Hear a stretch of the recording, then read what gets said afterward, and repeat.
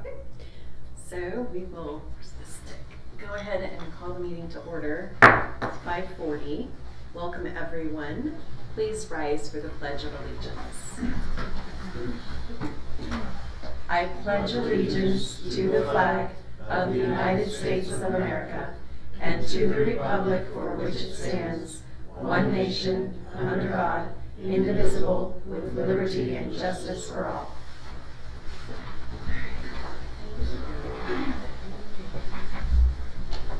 Do we have any public input for tonight's meeting?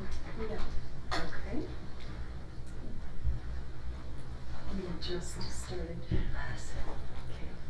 Okay. All right, then I would like to remind everyone that these board meetings are our business board meetings held in public, and they are not public board meetings. The board is governed by Idaho Code Title 33, Chapter 5, follows our district policies and IDAPA.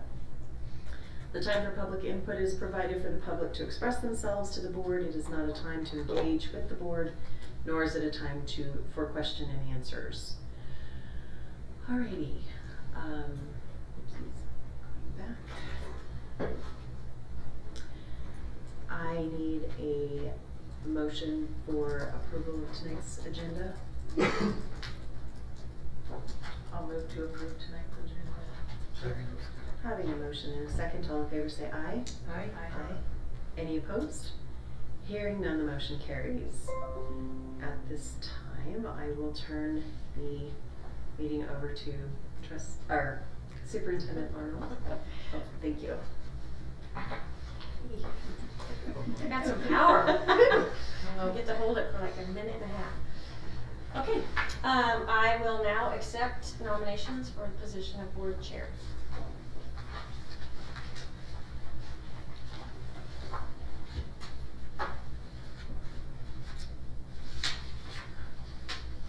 Do we do this on these? No, Or do we do verbal. it verbally out loud? The paper is for voting after all nominations are in, so you don't need to write anything yet. Okay. But I need a nomination. I'll nominate Board Chair Thompson. Any other nominations?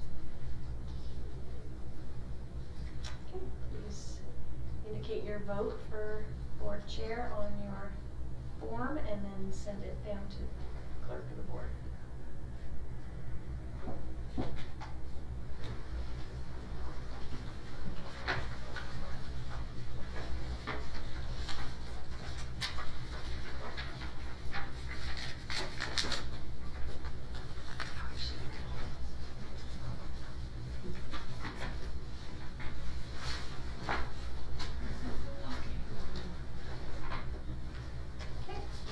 I will read aloud the votes and the clerk will take those in the minutes.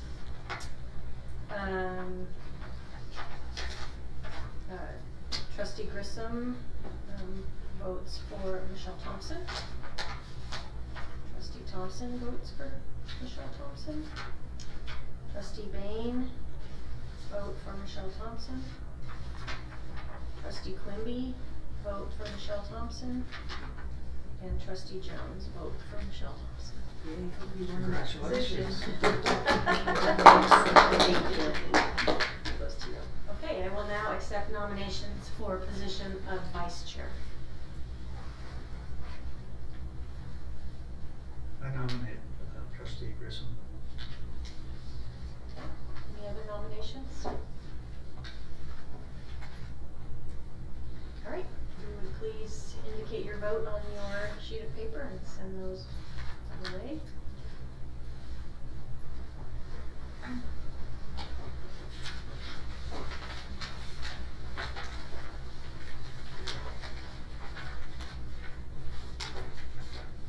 The full thing, like super secret vote That I have to read aloud. I don't know why we're Privacy. Privacy. Even though your name's For written on it. half nobody a knows. second and she Yeah. reads it out loud. Yeah. Okay, Trustee Grissom votes for Ramona Grissom. Trustee Thompson vote for trustee Grissom. Trustee Jones, vote for trustee Grissom. Trustee Bain, vote for trustee Grissom. And trustee Quimby, vote for trustee Grissom. And I will happily pass the gavel and all of its authority back to you. Congratulations.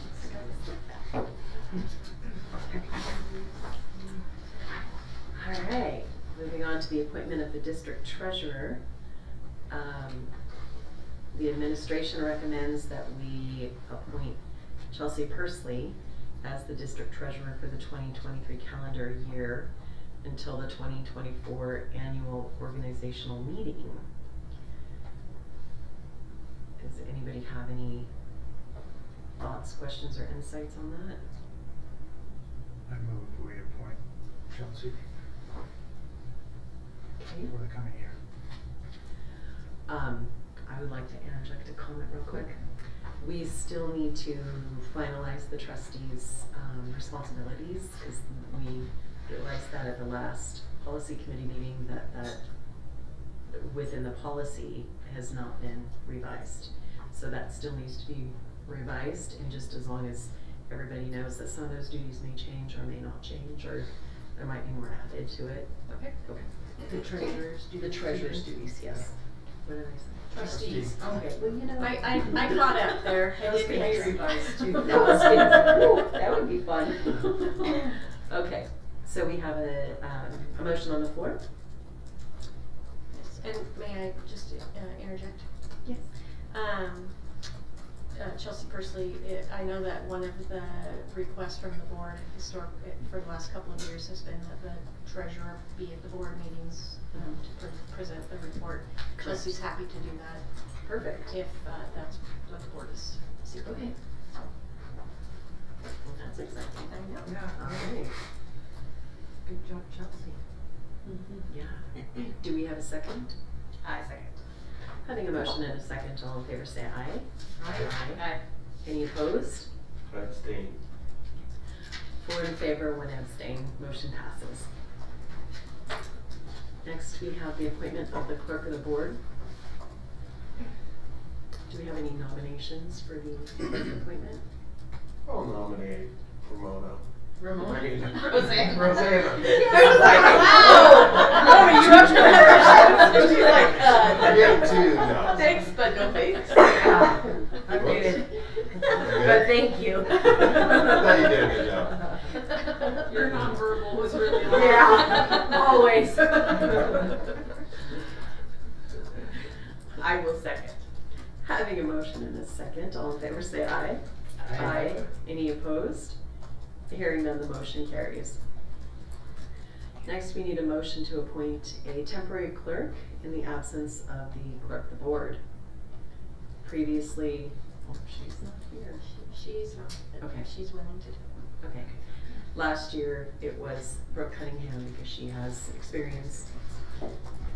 This time, take a motion. I would move to appoint Brooke Cunningham as temporary clerk in the absence of the clerk of the board. Second. Motion and a second, all in favor say aye. Aye. Aye. Any opposed? Hearing none, the motion carries. I might add too, if we ever did get in a bind where they were both actually, Chelsea has experience as a Oh, that's clerk, true. too. Yeah. That's Yeah. true. That's true, Yeah. Chelsea Pursley. So we would have a backup to the backup. Ah, Yeah. good point. Yeah. All right, next, we need to appoint a custodian of records. Excuse me. I'll entertain any motions on that. I'd move to appoint, Rosanna Santiago. Second. Having a motion and a second, all in favor say aye. Aye. Any opposed? Hearing none, the motion carries. Next, we need to set the date, time, and location of the regular board meetings. I am wondering if anyone would entertain moving from a Wednesday. I would. Yeah. Okay.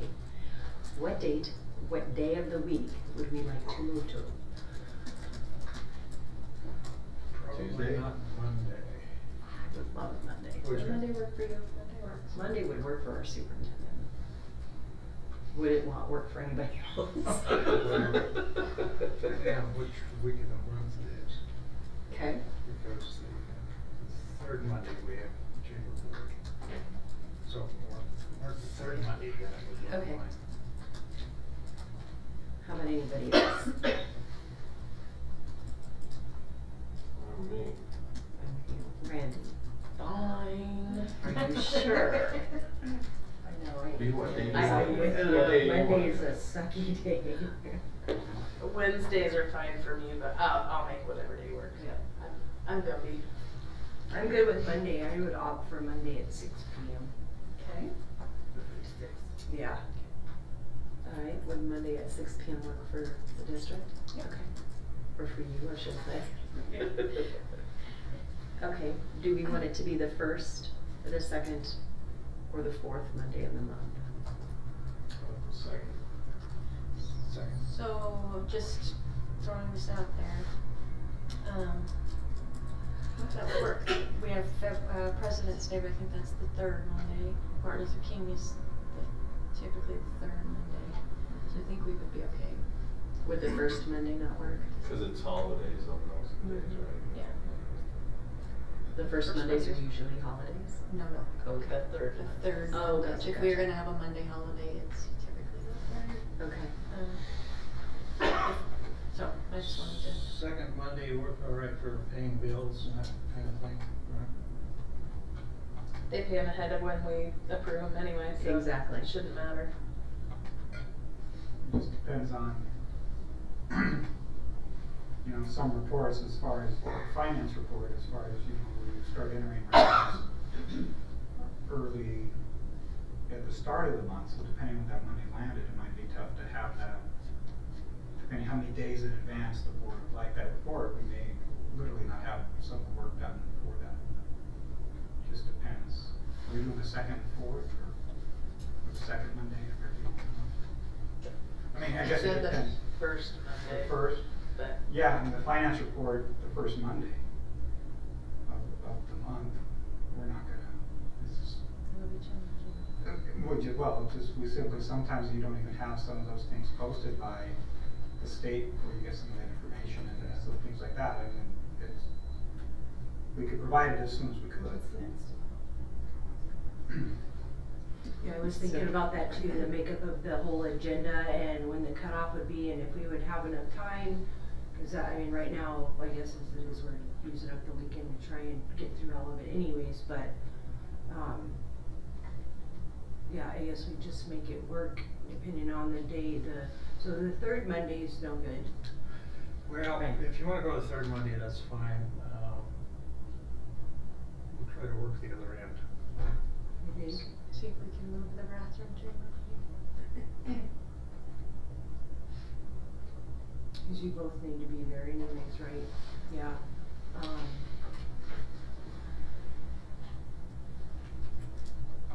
Is the second Monday not a good Monday? Well, I don't wanna push the financials thing, Yeah, you that know. would be my concern. Yeah, yeah, and I don't wanna get, in my head anyways, I didn't wanna get too far into the month because I'm always thinking about like when the teachers submit stuff or, Mhm. you know, people are waiting on things. I guess the third is about where we're stuck anyways, the third Monday is gonna be the soonest to. Well, the second But- Monday is only 2 days earlier than what we're currently meeting. But the financials, I think Brian was worried about it being the first First. Monday. oh, Monday. okay, so the second Monday would be good then. Yeah, we've had the second Monday in That the used past. to be- Sometimes we may, depending on how early that Monday is in the cycle, you know, some second Mondays are earlier than others. Yeah. If, you know, that Friday would be, you know, if you wanted like information the Wednesday before that Monday, that might be a challenge sometimes, depending where the calendar lands. But others, it wouldn't be a problem. And bumping to the third Monday for next month would cause us 6 weeks in between meetings. And the third Monday next month is a holiday. Yeah, it is, and so the long range, I have the long range planning committee on the second Mondays and, the admin meeting on the third Monday. At 5:30, is that still correct? all of those can be moved. Okay. So, the board should choose the date that's gonna work best for Okay. you, and then I will Yeah, I think rearrange things that I need to Other arrange. committees can work around the Yeah. board. Well, I since would we are agree the too. governing board of the Yes, district. we are. And your But it's volunteering refreshing to your hear the time. superintendent say Yes, that. absolutely. Yeah. Thank Okay. you, we appreciate that. So I'm good with that then, the second Monday. Second Monday, I mean, if everybody else is fine with that, I'm. Yeah. and you've requested 6 p.m.? I would prefer 6 p.m. It just give me a little bit more time, and it's so selfish on my part, but. Okay, yeah, cause you're flying from West Falls. Okay. And So I'm just usually you're floating floating about the last country. minute, so it'd be nice to. Yeah. It'll give him time to eat dinner before you're done. This is true, this is true. Alright. Okay, so, As long as we're not going into the 10, 11, 12 o'clock hours. I hear you. Especially on Monday, starting the week of I that hear date. you. I do hear you on Then you that. have 2 Mondays, Monday, Tuesday would be Monday. Yeah. I hear ya. Yeah. And the location, are you still wanting to hold meetings at the Here. district office? Yes. Okay. So we're going to set our board meetings for the second Monday of every month at 6 p.m. at the district office. With respect to those regular board meetings, recording them, are we still wanting to continue recording the meetings? Are we wanting to record them for public purview, or are we wanting to just allow the recording for the benefit of the clerk and historical record? What do we wanna do with recording? I would suggest we continue with the practice that we currently have. Okay, so you want to continue recording? Cause we record the meetings and then we upload them for everyone to see whenever they want to see them. Okay, is the administration or superintendent, do you have any input on that? I'm comfortable either way. Okay, We just have to train ourselves better when we're doing our subcommittee meetings to remember to okay, log into the computer under the DO stream so we can record those. Okay. 'Cause we are not good at that, okay, so we will get better. okay.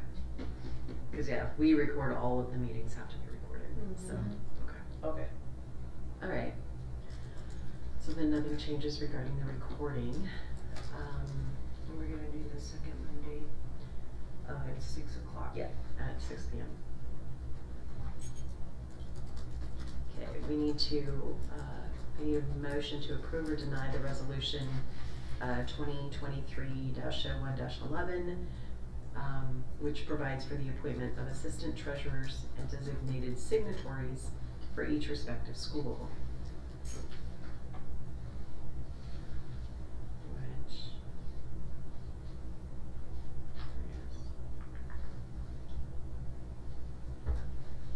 is, so I'll entertain a motion regarding that resolution. I move to approve the resolution as submitted. Second. Having a motion and a second, all in favor say aye. Aye. Any opposed? Hearing none, the motion carries. Chair Thompson, it is a resolution, so Oh. it calls the. Oh, Roll call vote. Roll call vote. My bad, I'm sorry. So we have a motion and a second. We need a roll call vote. Chair Thompson, Yes. Vice Chair Grissom. Yes. Trustee Jones. Yes. Trustee Bain. Yes. Trustee Quimby. Yes. Thank you. Alright, next we have the Code of Ethics. We are all required to sign them. In the past, we've read them out loud. Do we wish to do that this time? Fine. Hmm? I mean, for the sake of time, I think they're on our website. Okay. I mean, as long as we're signing them. and Alright. We already approved them when they came through committee, you know. Yep. Just throwing it out there, 'cause we've Yeah. done it in the past, 23. Actually, why don't y'all pass them this way, we'll just give them to the clerk, so we make sure nobody leaves with. Cause that would be neat. January. Thank you.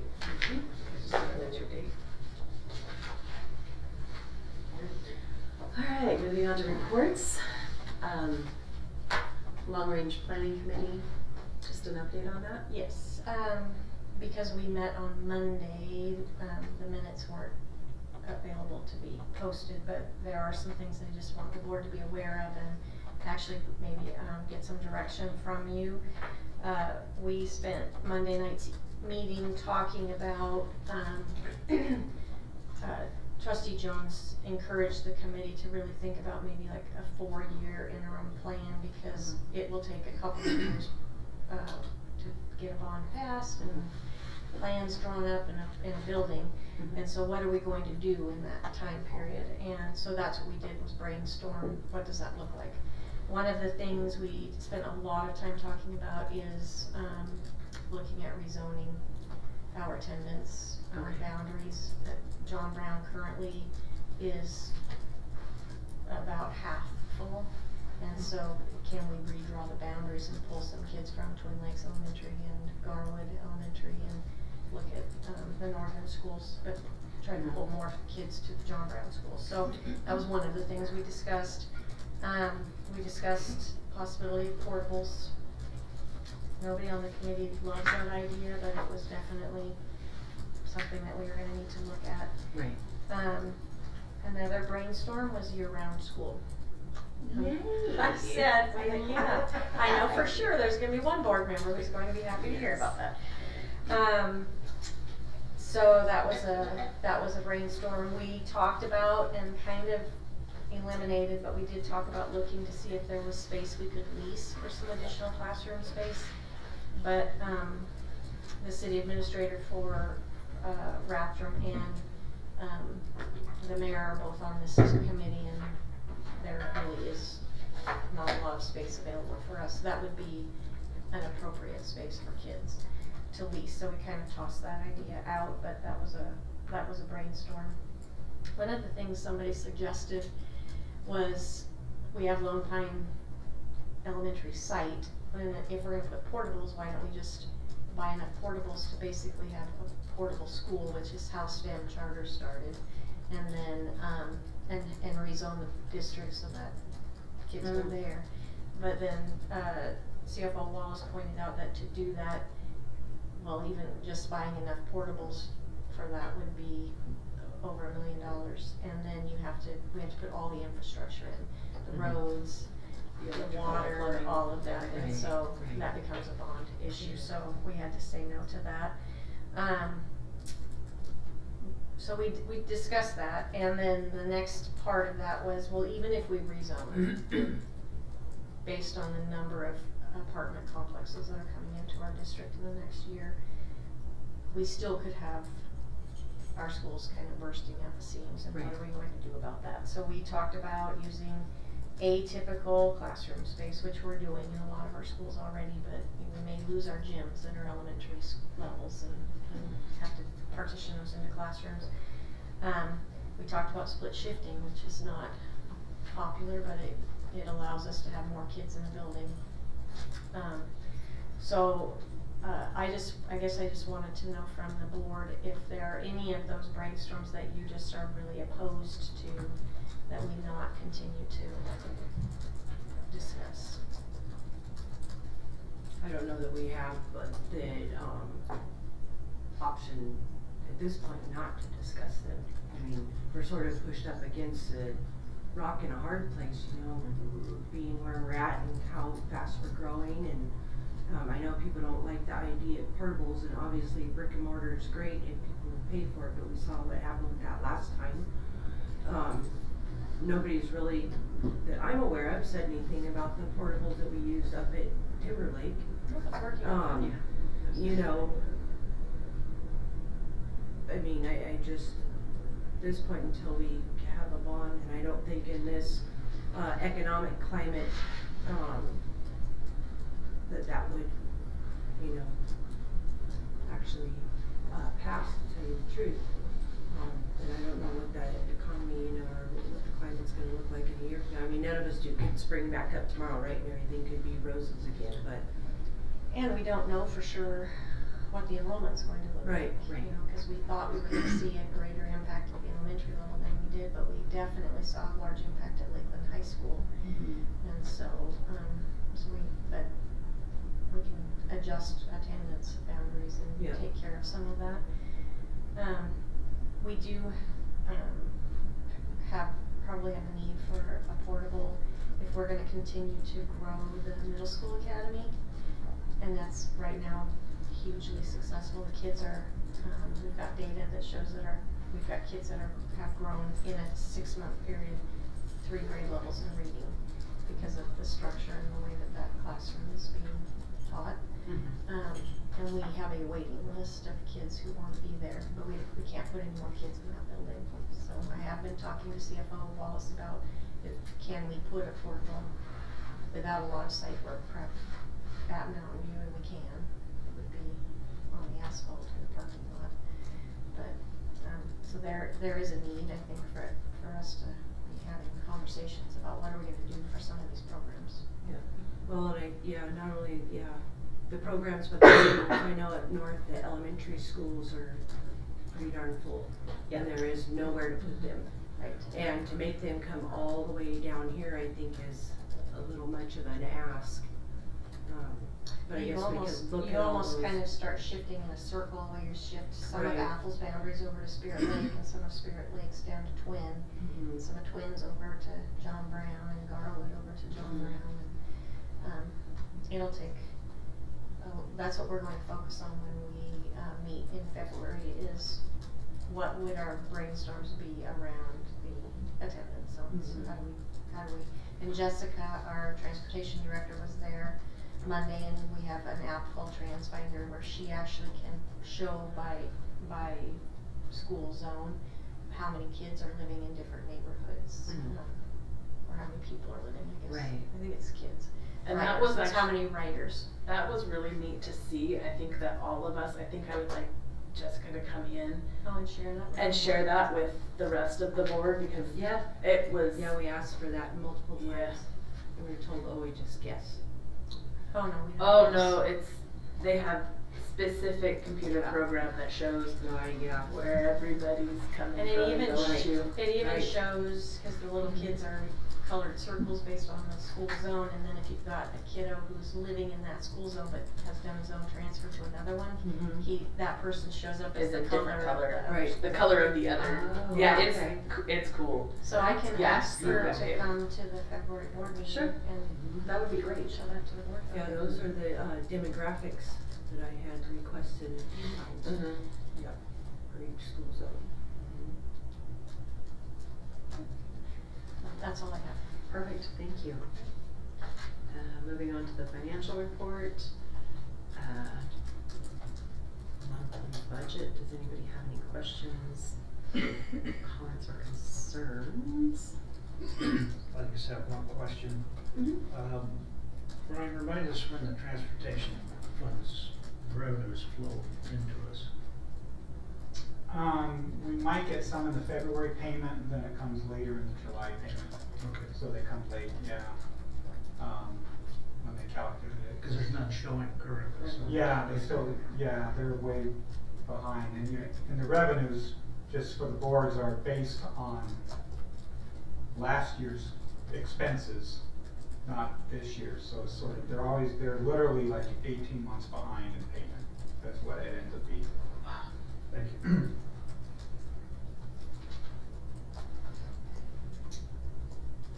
Any other questions or comments? Okay. Does anybody have anything with regard to the safety report that was presented? Could we have a little discussion about vape detectors? Yeah. We are at the middle level and at our high school level, really battling, vaping. And so there are vape detectors that you can put in the bathroom, that don't emit any kind of an alarm or anything, but they do notify the administrators that there's either, it detects vaping, but it also detects loud noises, so if there were a fight in the bathroom, it would pick that up and it would notify an administrator that there's something going on in the bathroom. There's no camera, with it. But it is being used in Coeur d'Alene and Post Falls, and both school districts have seen a decrease in vaping at school because it has become a really good deterrent. So we have a company that they're looking into, and they're willing to let us pilot it for 3 months, but I needed approval from the board in order to do that. Cost factor. I know that, let me say they're like, let me look it up. I know John sent it to me.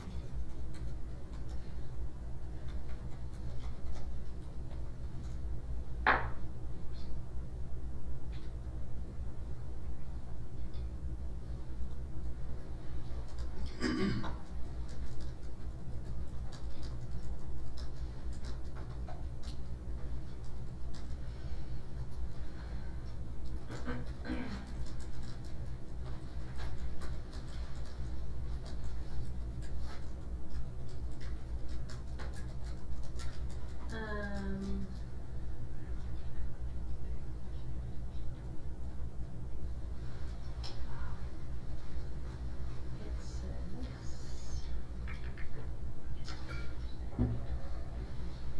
each vape detector is $1,000, and then there's a $39 annual software fee.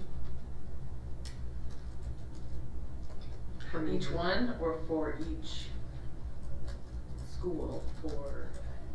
This is an annual expense per school district, up to 2 units. That's what it says. So how many bathrooms are there at each building?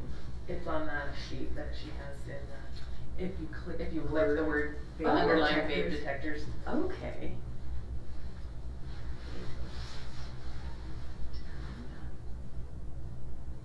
Oh, there you go. I forgot that I put it in there.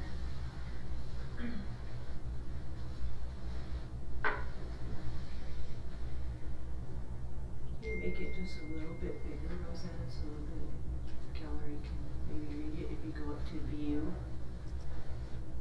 zoom at the bottom? Oh, but these stats are those that have been caught Yeah, I thought it vaping, was the number correct? that we would need for each one Yeah. of them. You do I it. apologize, that was. Oh, and 25. I just have to see or something. There you go.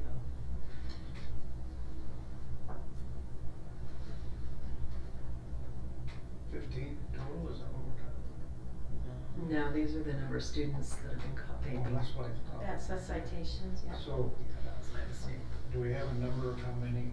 Restrooms, Or how many minutes it would take? I don't have that information. Right now, what they would like to do is just pilot it, and there wouldn't be a cost to see how it would work for us.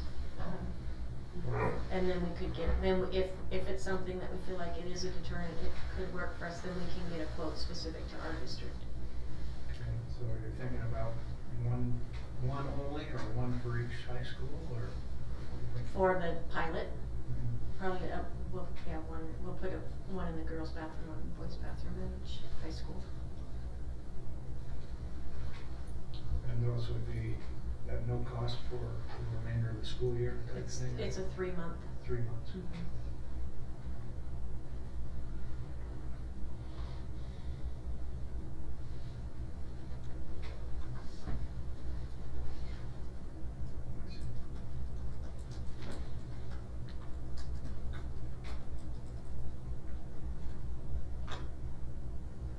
So can you give us a little bit more information on this, like the manufacturer and any kind of brochures or specifications or anything? So we actually could look at it to make a decision. Yes, so I will forward to you this email from John Hatcher, and there's that quote where I just was telling you, $1,000 is linked in, so you can click on that, and we'll be able to see the company, so that we can go ahead. It would appear from your statistics that maybe Mountain View would be a place to go. Yeah, oh, definitely. And it's, you know, it's not just nicotine that kids are vaping. We also have THC, so it is becoming a problem. To detect both. Huh? Yeah, there it said it detected, or maybe that was on the presentation itself. Somewhere I read what it detected, loud noises.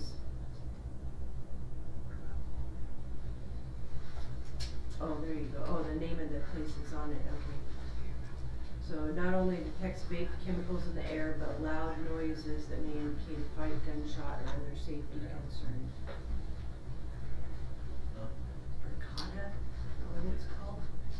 You know, Dr. Pasley was telling me today that she saw, came across her phone that a student in a school district had a cardiac event in a bathroom and died. And it was 5 or 10 minutes before anybody found that student. And so, there's no way that you could have known that that was going to happen, but if this can detect loud noises and that student fell, Right. it might give us an alert or something like that. Or even if another student was in there with them and yelling for help. Mm-hmm. This says I have a sample of a detector in my office that has been sent. Is that in your office? John Hatcher's. Oh. He's not using it, he's hoping that we can use it as a pilot, but he has it, so I could ask him to bring it and you could take a look at it. Well, I thought maybe it was in your office. I was wondering if it had been triggered yet. Oh. No. I am trying to stay alive for a long time, so I don't do that nasty stuff.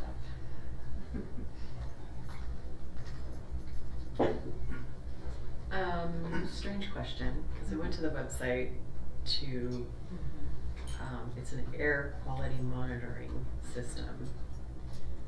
What would happen if it's, starts detecting, carbon monoxide or formaldehyde or any other things that it's sensitive to detecting?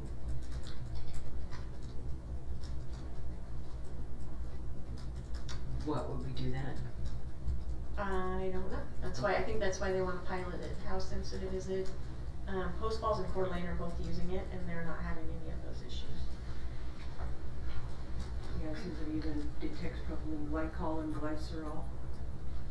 Any, TVOCs, total volatile organic compounds. It detects motion, so you're gonna know Yeah.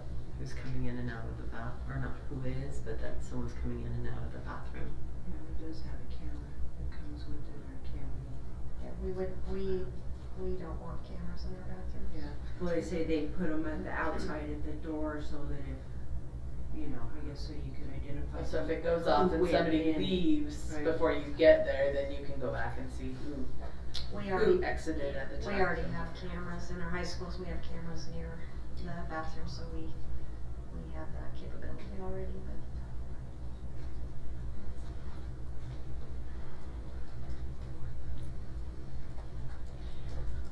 My only, I guess, challenge is if we, say, yeah, let's pilot them for 3 months and we find out they're great, and then we find out we need 20 or 30, that's $20,000 to $30,000 on top of the $39 fee divided into however many, that we haven't even considered at the moment yet. I know that there's supposedly some funding that's supposed to be coming down for security, safety and security. Do we know if this would be something that might qualify in the arena, that the money could come from there? Yeah, the money that, from what I've seen, the money that will come from the state if JFAC appropriates the way Governor Little is asking. It will be for hardware type things, not personnel. this would definitely fit within that grant. Okay.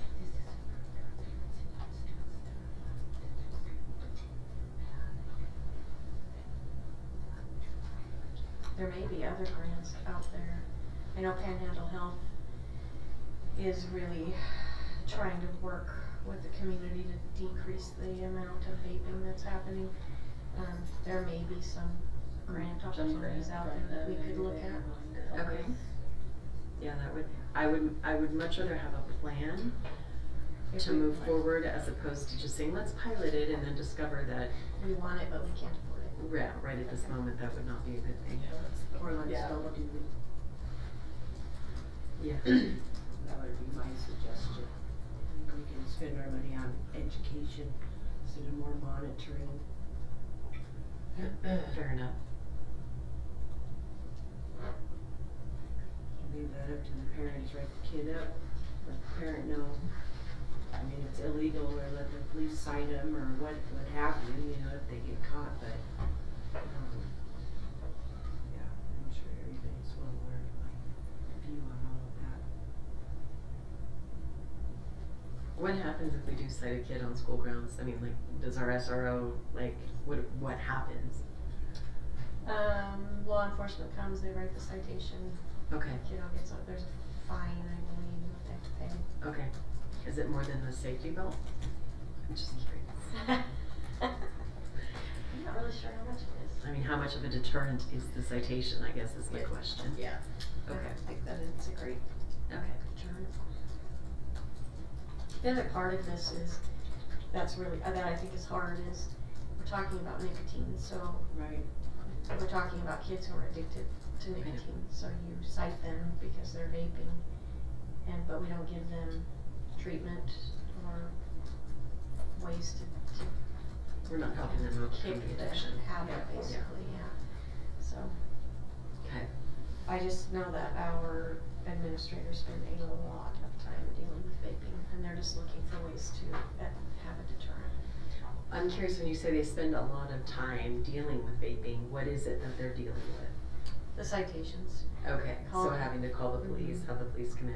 Yep. So, We- that's within the administrator and the SRO, correct? Okay. Or the armed district safety specialist? Yes. Okay. And sometimes parents have to come because, we've had situations where girls will be vaping right in front of the administrator and then put the vape pen in her bra and refuse to give it, and they're not gonna touch that, so Right. they just bring her down to the office and then she's there until parents come. Okay. So, it's just time. Yeah. Okay. Any further discussion on this? Just put signs out the outside that says vape monitor installed. That won't deter. That's true, it might deter. And then you could install those air fresheners so they go pshh, Yeah. scares the kids. I think they're being gassed for it. That's right. Let's just be creative.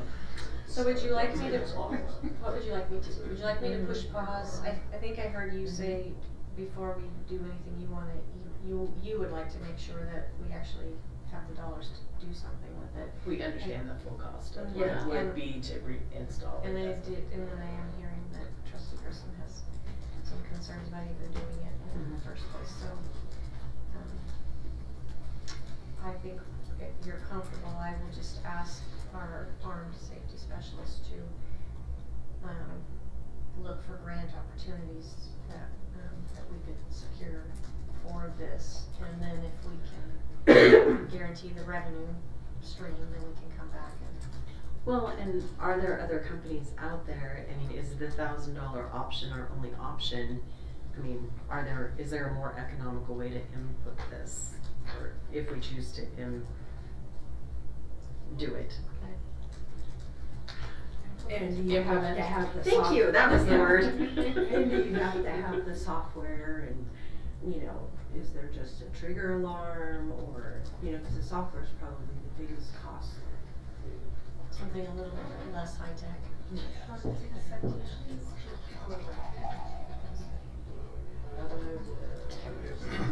Do you know exactly how does that work? In other words, You pay. it sets off an alarm someplace, what, In the where and what office. is the alarm, and who's monitoring It would be the office staff.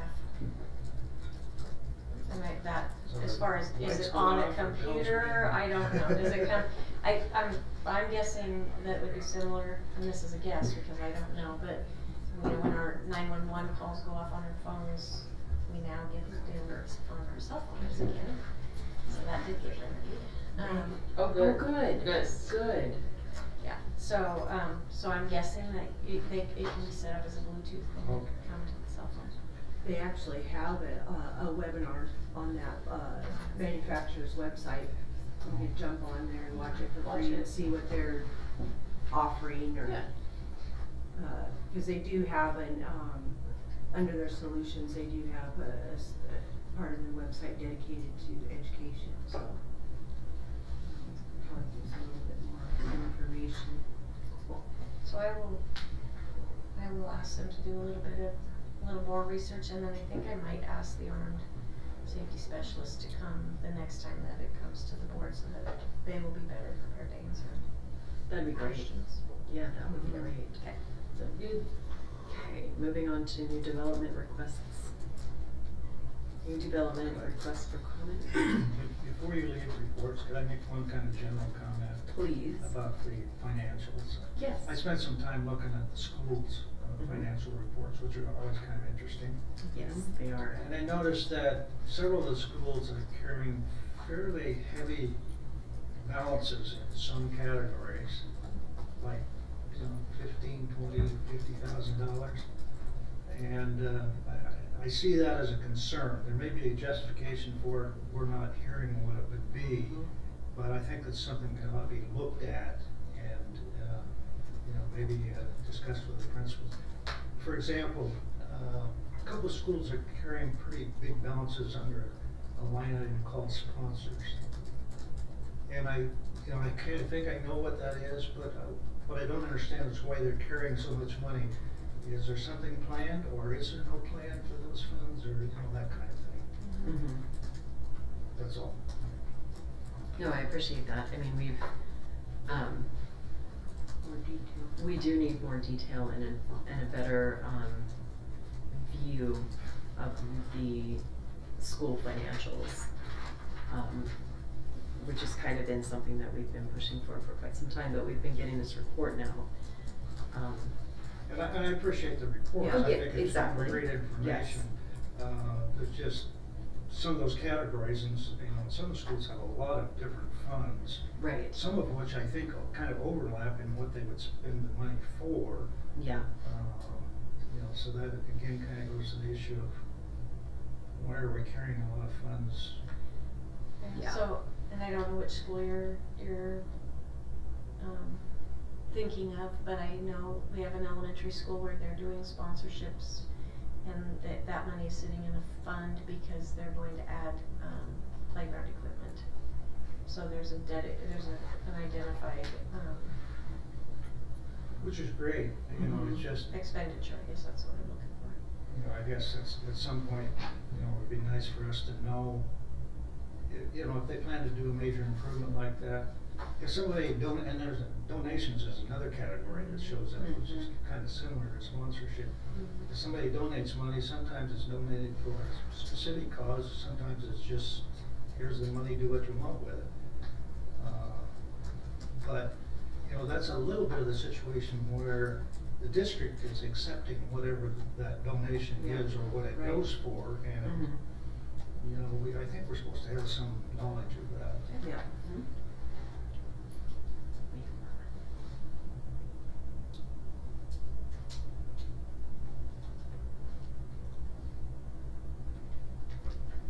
That's all I have. No, thank you, Bob. I appreciate you bringing that up. Yep.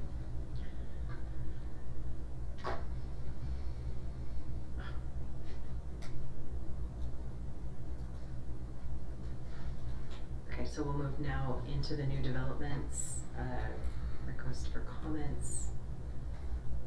Does anyone have any comments about the new there was one new development added. No. Okay. Randy, Dave? No, I'm Okay. good. Alright, then we can move into the old business, we have the superintendent follow-up, So if I could just say I think there are two places where it says their response is and there's no response because I Mhm. hadn't gotten one and I needed to have that document to Roseanne before I left for vacation. okay. So I'm meeting with Colby tomorrow, actually, we're walking, Okay. the bleachers upstairs. Oh, great. So he can, determine whether or not his kids can come over and remove those and if they could be usable Knowledge. somewhere else. Okay. So we're doing that tomorrow at 9. Perfect.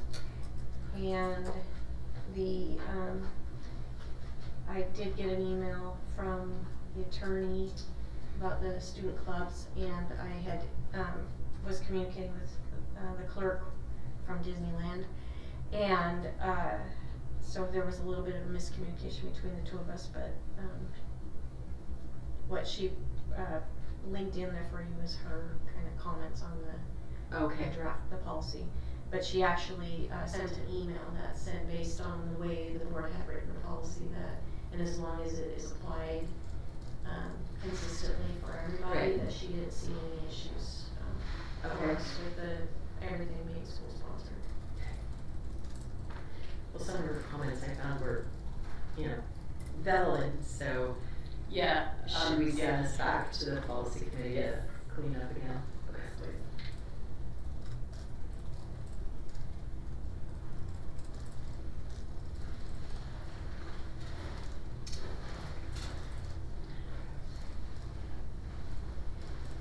No, it has to be executive. Okay, It was a safety thing that I can't, gotcha. Okay, any comments on the superintendent's follow-up? Everybody all good with that? Okay. Let's, move on to the consent agenda. We have the meetings from the previous minutes, for November and December. We have the subcommittee meeting, the minutes of the subcommittees.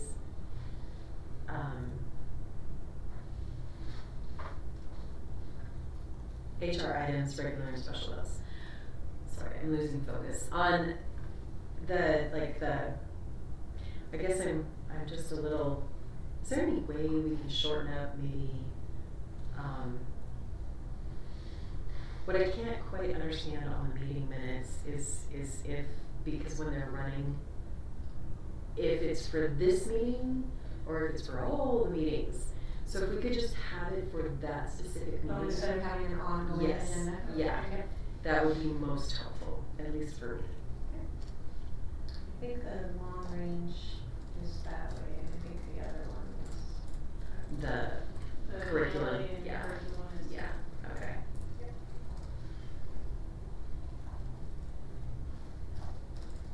Does anybody have any comments, questions, concerns on the minutes from the previous meetings?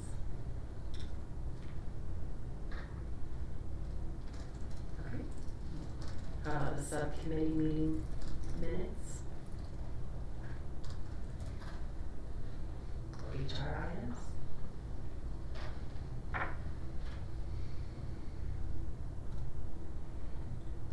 When we don't have a name on on one of like the one of the resignation letters, is there a way we can like put that out to the side? Or even handwrite it on there before the document is scanned into our system? I have no idea what the second page of this one is. I thought about that too. No, I mean, not that it Yeah, is, I don't know that but, either. yeah. Well, through a process of elimination, Right. you kind of figure it out, but it would be nice to have it be there. Okay.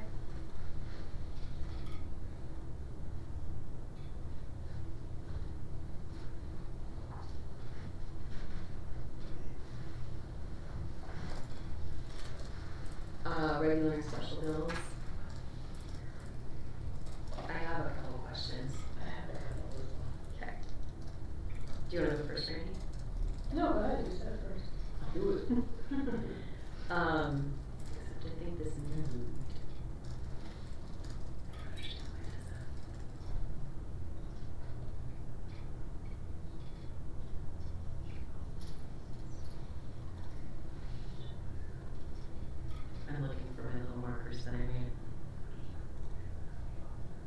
fine, I'll go first while Thank you're you. doing that. Thank you. What is BMO? That's our, P card. Okay, program that okay, Bank of Montreal. just, yeah, it just says district-wide purchases, so I was like, $60,000 for district-wide purchases, just double checking. And then the other one was learning for living. What is that? That, I don't know, It just says deposit for P/D. That's our keynote speaker for our, professional development for next year. Okay. You have to book them in advance. My question is to the Coeur d'Alene School District, fiscal year 23 equitable services coordination. What is that? that's for Title I. Okay. So we're required for Title I to provide Title I services to private school students. Okay. And so we have a couple of our students who go to Holy Family. Okay.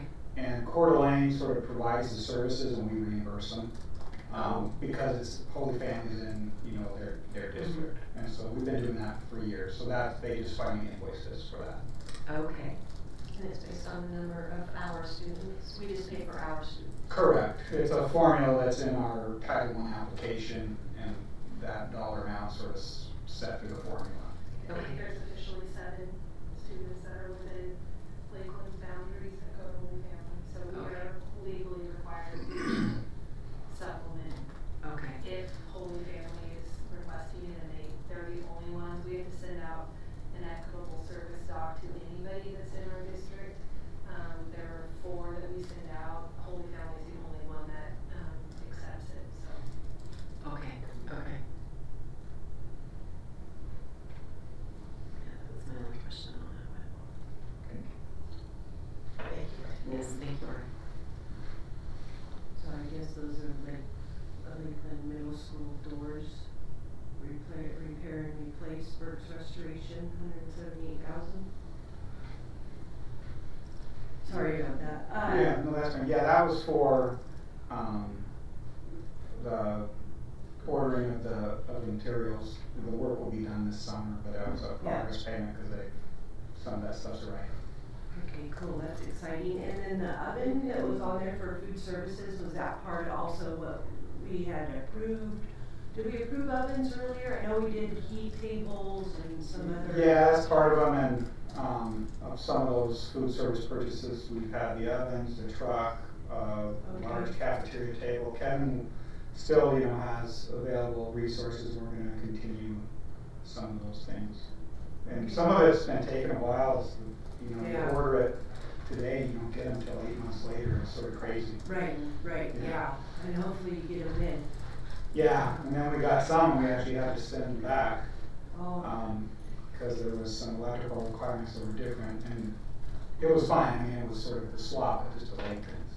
Right, okay. On the Alex, 1-year math subscription, I know that was approved for a supplemental curriculum. Does that 13,000 cover all the elementary schools? Is it one school? That's high school. That's high school, okay. And we're using it in our, remedial. Okay. Okay. Because, I-ready math only goes to 8th grade. Right. And so the high school is looking for something similar where they could be tracking student progress. Okay, okay. So it's being used at all 3 high schools. Okay, perfect. I have a couple. Okay. Brian, the new restroom petitions at John Brown, is that for all the restrooms or just part of them, or? I don't think it was for all the restrooms. I could ask Mike on the extent. And are they going in now or waiting till summer? No, those have been going in now, I believe. Well, that I'd have to check and see if they just got it in. They're probably trying to do the work on the break, would be my guess. The other question I had, there's a bill in there for $26 for taxes to food penetration. We usually get taxes, so we pay. We have we get a stack of property tax bills, for just like, some, aquifer. the aquifer, some little things, and so, yeah, that we're not exempt from like $26. That's interesting. Yeah. Dumb, we have to do the same thing in the city. It's Yeah. like- Wait, and we have a huge stack at city, and it's just. Well, we have the 2022 property tax for 9184, but then we have the 2296, but it says Caldwell. Are we paying property taxes down to Caldwell? That's their mailing address for property taxes. Okay, okay. Their processors. They're receiving payments. Okay, one's in Cooney County, one's in Caldwell. That's interesting. Okay. That's a new one. Yeah. Sorry. Okay. Any other questions left? Okay. Anybody can probably answer this, I just don't know, this, shot clock? Oh, for basketball? Yes. So- Oh, that's what I thought, okay. Yes, and that, those are, they were required to be updated, all schools had to have, there's something new that, By the start of this next year. yeah, so we had to put them in. Those shot clocks. Yeah, that was unanticipated. Alright, thank you. I thought that's what it was, but I didn't wanna guess because. IHSA just sits there and voicing you guys stuff up. Mine was pretty flowing, so. Yes, I know. Yeah, More than you just have it sitting around, right? Any other questions? I think that I lost all my little marks, I don't know what happened to it. I'm trying to get through this, I don't think so, I think that was it,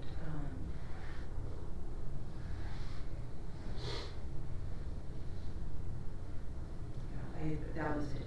Okay. I don't have anything else, thank you. You're welcome. With that, I'll entertain a motion for the consent agenda. Move to approve the consent agenda. Second it. Having a motion and a second, all in favor say aye. Aye. Any opposed? Hearing none, motion carries. Moving on to our new business action items. We need a motion to approve or deny the emergency snow closure for December 21, 2022. I would move to approve the emergency snow closure for December 21st, 2022. Second? Motion and a second, all in favor say aye. Aye. Any opposed? Hearing none, the motion carries. Next, we have, we need a motion to approve or deny the supplemental levy election resolution. I recall that we were wanting, and it is in the minutes, on the compensation for certified and classified staff. I thought it was to include administration, certified and classified. I mean, it was supposed to be more, transparent.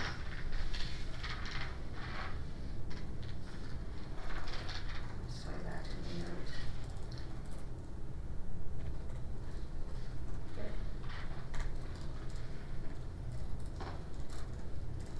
So we can, Brian, can we, the board had requested at the last meeting that we change that language to, compensation for certified, classified, and administrators. Can we make that change and have it, to the county by the 17th? Yeah, I mean, that, we have the word file. One word. So, yeah, we can certainly do that if we just wanna have the resolution say, approve resolution with that edit. That's what I And was then, but, yeah, we can certainly quickly make that change. I would send it to Holly Crocker just saying this is the final version for the meeting, so they would, dovetail with what we have and what was approved and we send it to the county. I would move to approve the supplemental levy election resolution with the addition of the word administrative staff included in the compensation. Second. Having a motion and a second, all in favor say aye. Aye. Aye. Any opposed? Hearing none, motion carries. Next, we need to, I'll entertain a motion regarding the, there we go, school Plant Facilities Reserve Fund Levy Election Resolution.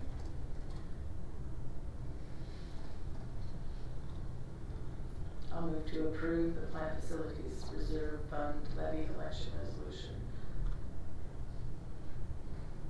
Sorry. Having a motion and a second, all in favor say aye. Aye. Any opposed? Hearing none, the motion carries. And if I'm chair, I wish to rescind my vote and make it nay. Would you like to have discussion on that? No. Okay.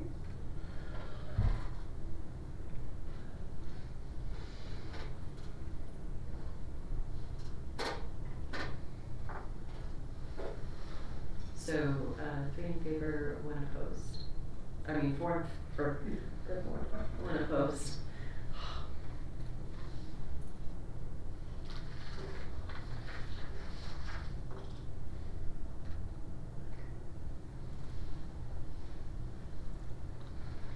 Next is the supplemental resources for board consideration.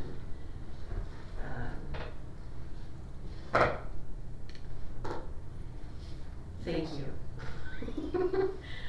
This is joyous. So much better. So much better. Miss Dexter is on her way too. She wasn't able to give me her list. She read all the books that were tabled, the library books. Oh, okay. So she has a little sheet she likes to read to, but I didn't get it in time to get her to Louisiana, so she's on her way right now. So she's gonna wanna just read it if you're okay with that. Okay. Do you want to address the Timberlake So the Timberlake Middle School article. Mm-hmm.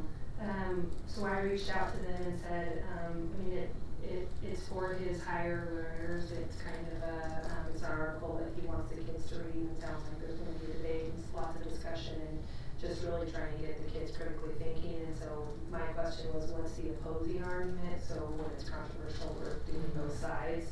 So the article that would accompany the article that's listed there is lifeboat ethics, but it's not been approved, and I didn't have it at the time. I just got it today. So we could table that one, and so that you could see both of those side by side, because they would go in conjunction with each other. I would prefer that because Yeah. I read the article and So did I. I will not approve it unless Right.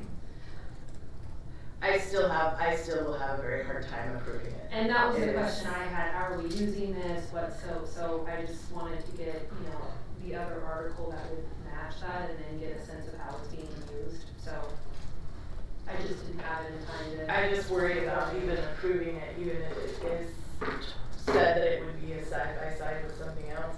Cause once we approve it, how do we know that it's gonna be presented side by side with anything? Mhm. In the future. And this,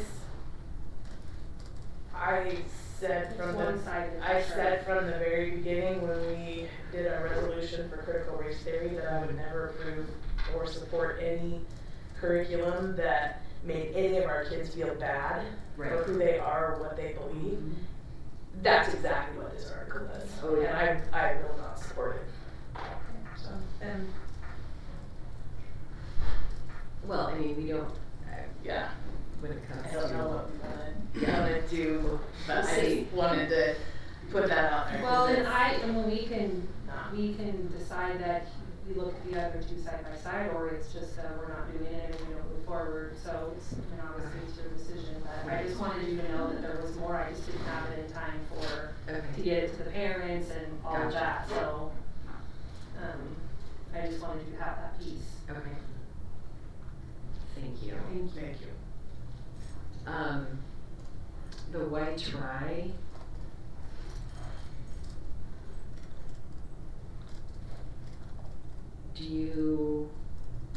What is this being used for? So we've had Y-Tri in our elementary schools for a long time. We were using it when I was principal at Baykeeper.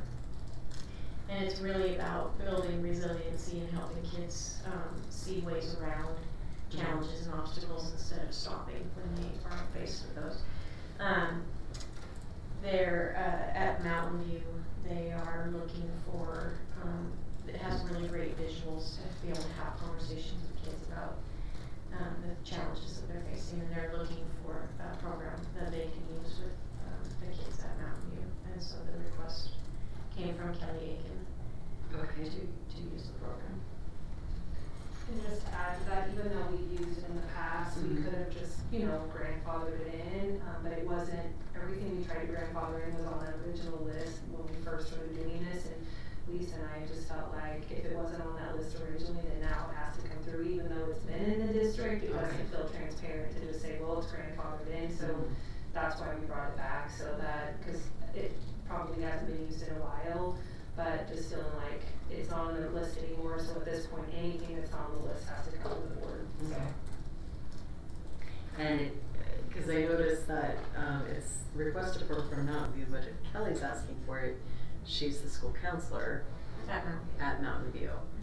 Cause I know that was, in reading the concerns was who's using it, what, so maybe if it's like something specific to counseling, we could give a heads up to the parents so they have some sort of, context as to who's asking for it, how it should be used.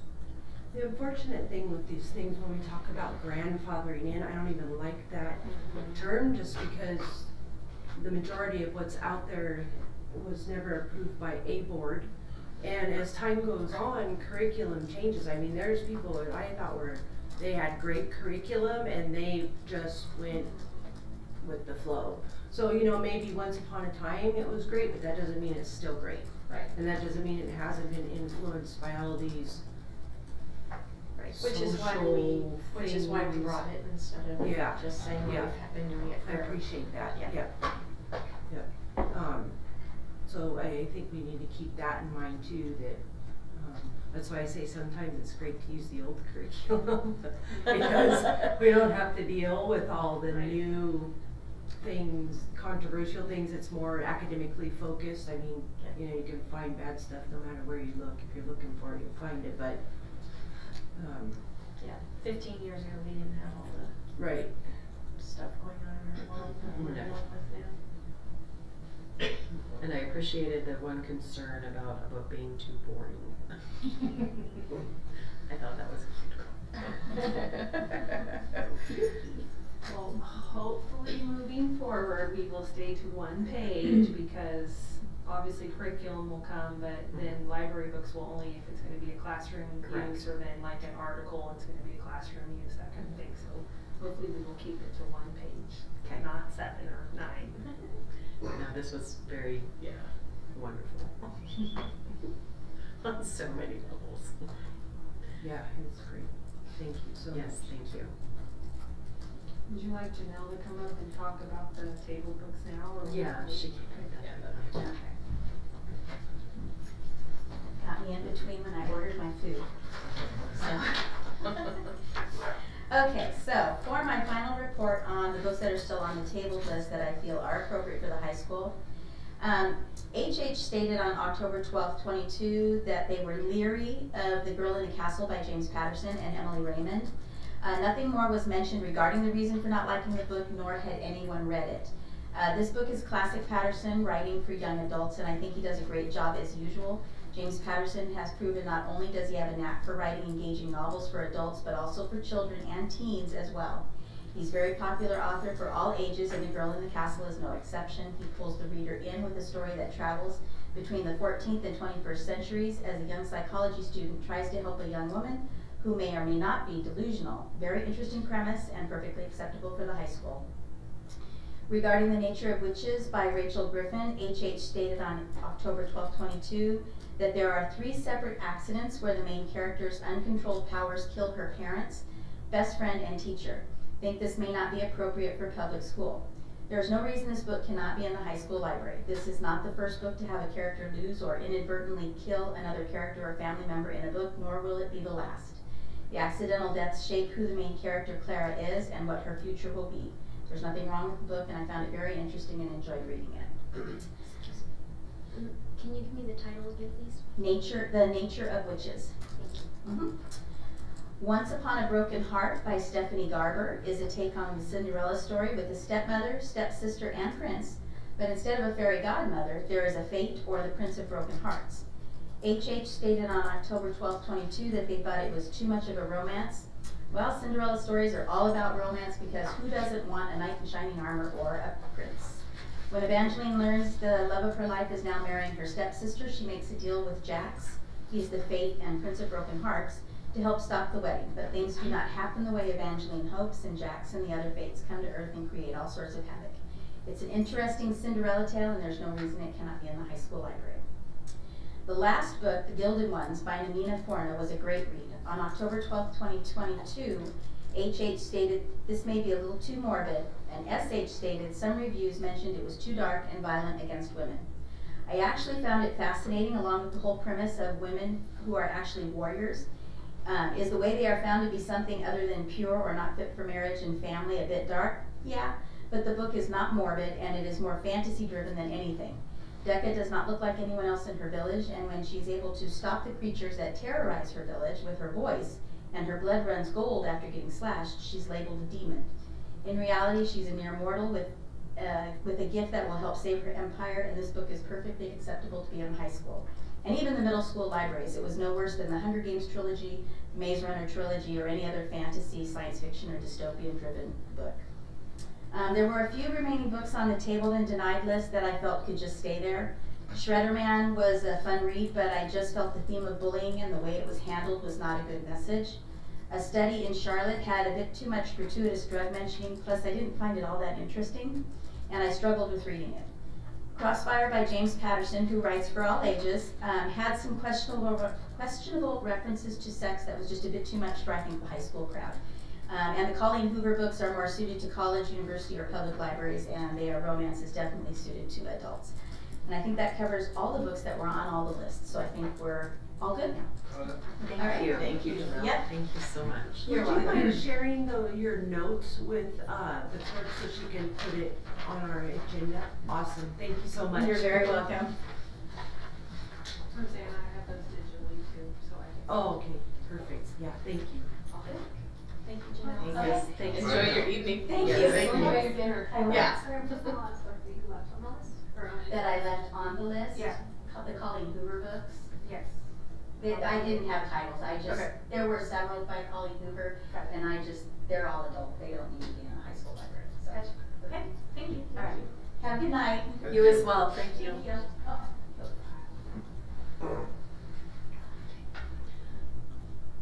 On that note, we'll go ahead and entertain a motion regarding the supplemental resources and for board consideration and the tabled books. Well, the tabled books aren't on the agenda, are they? Did I miss them? No, they are not. Okay. So therefore we can't take any action against them. But they were presented as supplemental curriculum that was tabled. I But know it still that has it's to not come up our on agenda. gotcha. this agenda. Yeah, Okay, so we'll just bring it. yeah, Okay. it's not on We won't have to interrupt her then? yeah. Sorry, I didn't get the notes in time to. That's That's you're okay. fine, you're fine. Yeah, we'll have the notes. Yeah, that'll be great. Motion, please.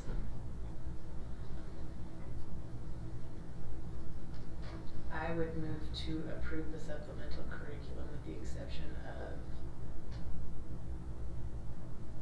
the senior solution to world poverty. With the exception of which? The senior solution to Oh, world yeah. poverty. Yeah, that's what I was just looking at that.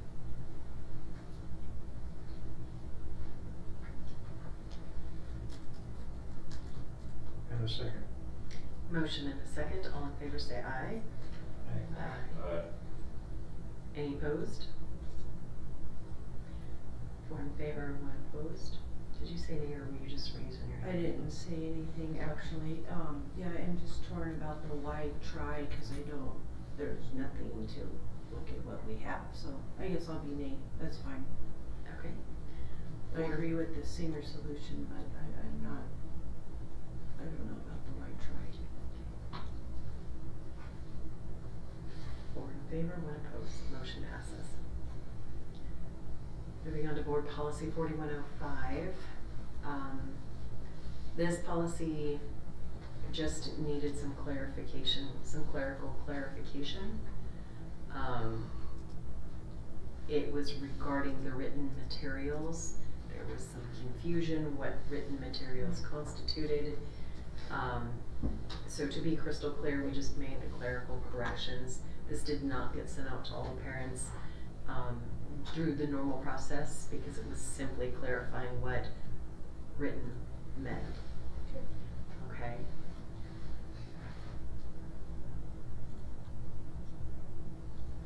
And it also needed to align with the fact that we allow public speaking or public input doesn't necessarily have to be targeted to something on our agenda. Yeah.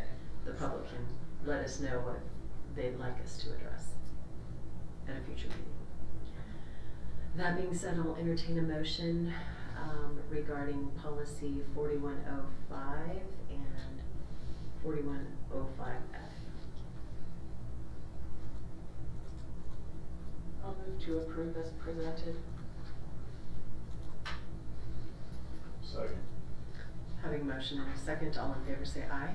Aye. Aye. Any opposed? Hearing none, the motion carries. Moving on to the organizational chart.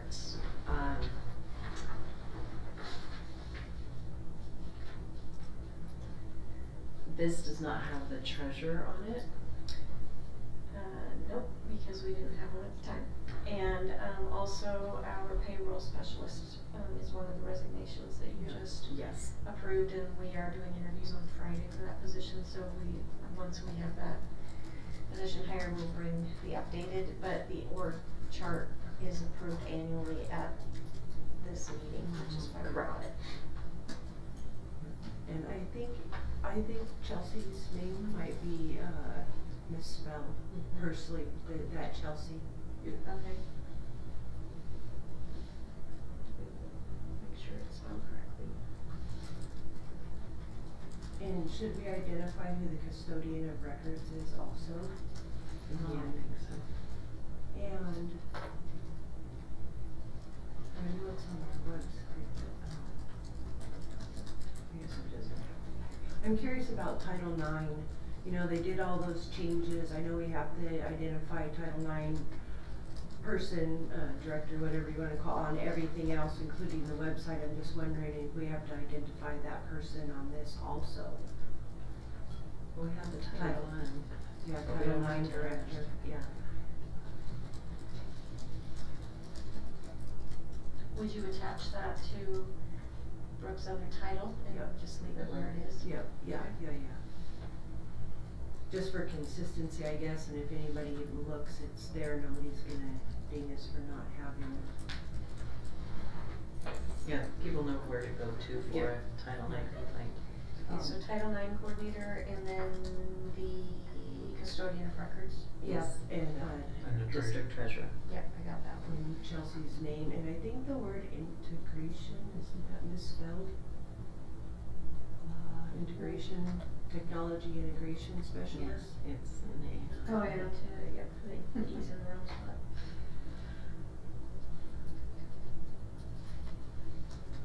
Thank you. Okay. So when we bring it back in February, we'll have the new payroll specialist and we'll have those things cleaned up. Okay. So you want us to still take action on this, or can we table it till next month? You're the board, you can do whatever Okay. you want. I would prefer just to table it until next month, so that we have the correct one that gets put up in the first place. Okay. Chelsea's name's spelled wrong. Yep, we have that. Okay, so I motion to table the organization, 22-23 organizational chart till next month. I'll say. Oh, we can do one thing at a You time. were being thorough. Children, we have a motion and a second. All in favor say aye. Aye. Any opposed? Hearing none, the motion carries. Moving on to the, to update or approve or deny the updated IBB procedural agreement.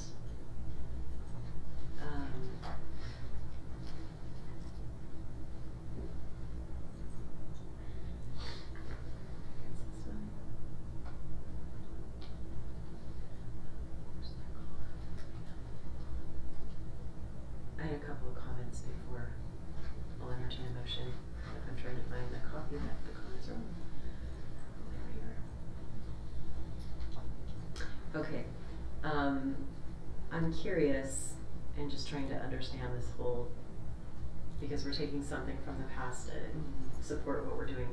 We identify the Lakeland cabinet and who's in it, and we allow them to,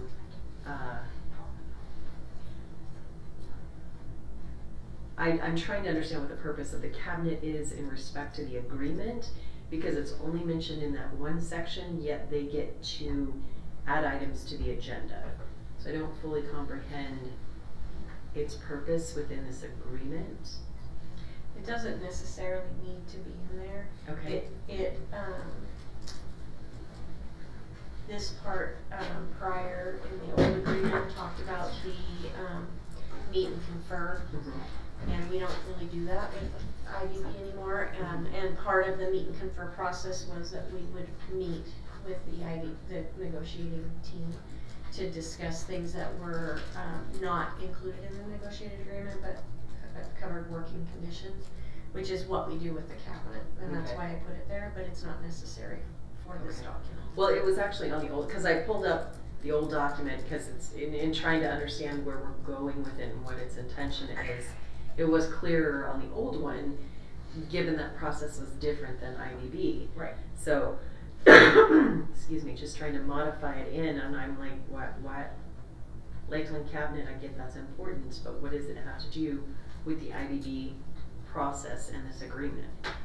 It doesn't, other than we meet quarterly, and so it's a kind of a proactive approach to taking care of some issues as they arise, so that they don't become IDB issues. Okay. Yeah, that's the way I would envision it as well. It's a less formal way to deal with issues that may come up from time to time that don't typically fall within the truly negotiated kind of items. Okay. Or necessarily have money attached to it. It's all the working condition stuff that you can. And we will continue to do that regardless of whether or not this part is in this document. And that was, cause I mean, I get what it is, I just couldn't understand why that little statement was part of this agreement, cause the cabinet is mentioned nowhere else, right? And So. the only reason I put it there was because it replaced the meet and confer part from the old negotiating process, and that's kind of what we do. Okay. I think part of the why is to acknowledge that the district and the LAA are willing to come together from time to time to deal with issues of common interest that are not negotiated items, but important to the successful operation. Okay. Okay, that's, yeah. Very well put, And Maybe then- we should have had that as the intro to that paragraph. Can you say that again? It's recorded. Oh, We're that's good. right, we'll listen to it. Right. See? And the other question, or statement, it's really a statement. On the board rights, I'm a little bothered by the conflict within the paragraph. Because it starts out, and this is probably the issue, but it says the board retains and reserves unto itself without limitation all powers, rights, authorities, duties, and responsibilities conferred upon or vested in it by the laws and constitutions of the state of Idaho. However, when you cruise on down, it talks about how shall be limited only by the terms of this agreement. So we're giving the board all its powers, but then we're saying we're gonna limit the board's powers by this agreement and the terms that are within it. To me, that's a conflict. Well, they really can't do that anyways. They So- don't have the legal right, because the power comes from the people to the board. They don't have the right to limit the power of the people. It's illegal. So it just needs to go away, really. I didn't touch that paragraph. Yeah. I know, it was in the old one, and Right, I'm like, and I wow, felt that this- conflict's just been hanging out Yeah, there. I felt. You'll find very similar language in almost any procedural agreement across the state gaming district. They will always have a board reservation of rights. Oh, clause sure. in there. Yeah, Which- absolutely, I agree. I agreed with the first sentence because that is Yeah. actually what the law states. I was a little concerned about the conflict that gets brought up by saying, well, now because we have this agreement, we're gonna limit the board. And it's like, you can't do that. So Right. that's where, to me, I was a little what are we accomplishing with these board rights when we're saying the board has all the Yeah, power, but now you don't. Right, yeah, that, it was just an, like I said, it's kind of more of a statement, I don't really agree with this paragraph. So. So I don't think there's an issue with us taking that last sentence out. Do you Okay. have any issue with I that? have no issue with it. Perfect. So that was it. Period after the there with, Yeah. and end it right there. Okay.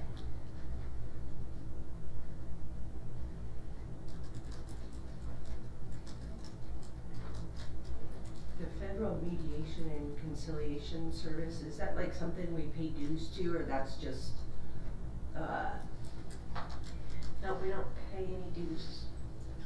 who are they? I mean, they're just this group of people out there, or?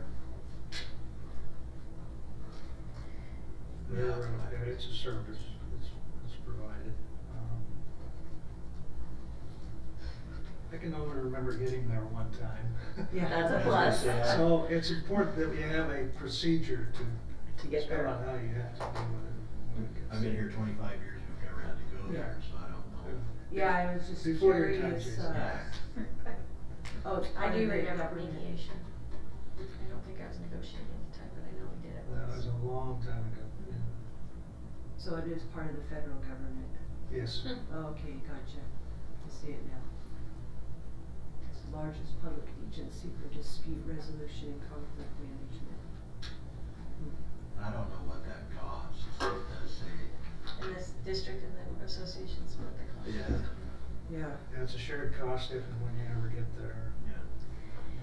But with IBB, it's so peaceful and harmonious that All the time, every day. we're not gonna go there.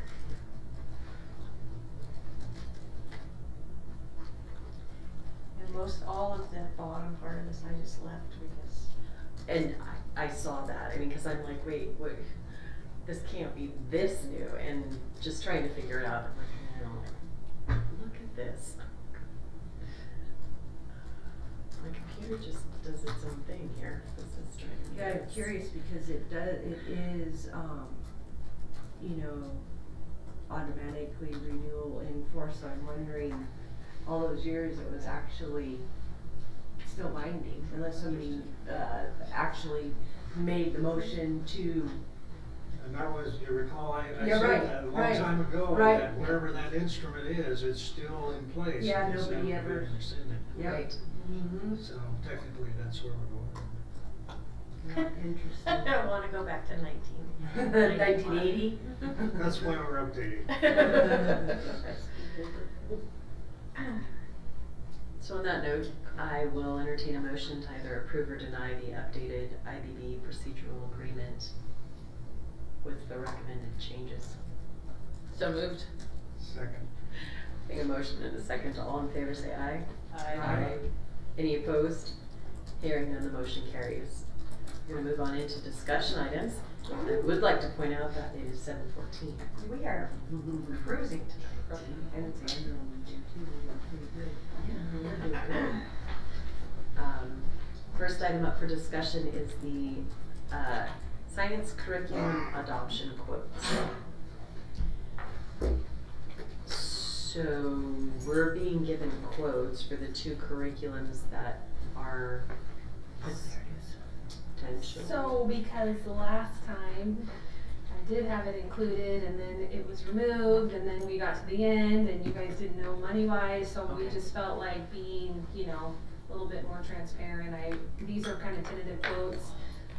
Amplify Science includes even because there's science kits attached, and we would have to get science kits across the board, Okay. but they have them, so it's pricier because the kits are included. Okay. TCI, the kits at this point are not included in the quote that they gave me, but I just wanted you guys to have a ballpark of what we're talking about. Okay. But we haven't narrowed it down yet. We're still in the process of, we're gonna set up observations this month.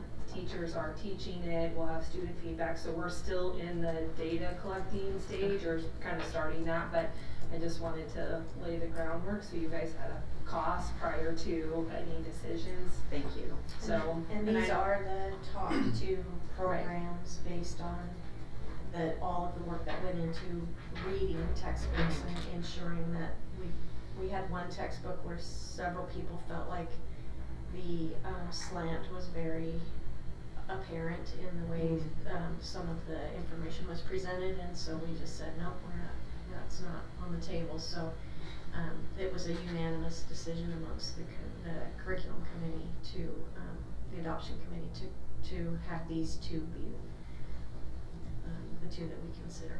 Okay. So the request for teachers is teach a few of the lessons, do a couple of the assessments. Everybody, the entire district, K-8, middle school science teachers, have access to the digital portion of it, and then we have the print versions that they can kind of view as well, and so everybody can kind of chime in and get a sense of it. So I'm hoping in the next couple of months we'll get a sense of, start narrowing down the data, narrow it down to one, and then we can bring that recommendation. And simultaneously we are now, everyone's reviewing the ELA curriculum on top of that as well, and then start piloting, going through there. So we had 5 programs for ELA at every level, so hopefully we narrow it down to 2 or 3 and then go from there. So And then additionally, the 9th through 12th grade science teachers have been combing through textbooks, because unlike K-8, you can't buy a program because their science courses are so specific, and so we have a list from Timberlake High School of the textbooks that they feel best match with our standards, and then that has now gone to Lakeland High School teachers to take a look at, and then it will come back to the curriculum committee. Okay. And then so that will be another piece of this puzzle. but just remembering these are tentative. Oops. When we get closer and get a better estimate, we talked about including like all of the science kits that would be included, any training opportunities, and my hope would be that it's not a year at a glance, like if we do this for 5 years, but it's the training for all 5 years, and so it's maximized. So they're still working on some of those, but this is kind of the ballpark where it'll be, so. Perfect. I just wanted you to have that. No, thank you for the information. Thank you. Thank you.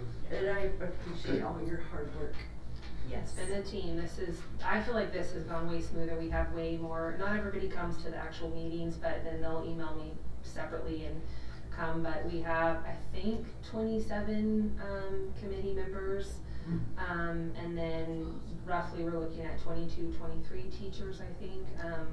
Every day I get committee members, those are community members. Yeah, yeah, parents or not connected to teaching staff. So not all of them come, but at least this is a first step. I think last year we had 7 sign up, and I think I had 4 regularly come. So the fact that I have 20 something that signed up, not all of them are coming, but it's a step in the right direction. So yes, definitely. So yeah, it's been good. I know. Yes. So It's been great, and it's actually been fun to listen. The community members are speaking up as much as teachers are, so there's definitely a feeling, like a comfort there where they feel like they have a voice and they can speak up. So. Good.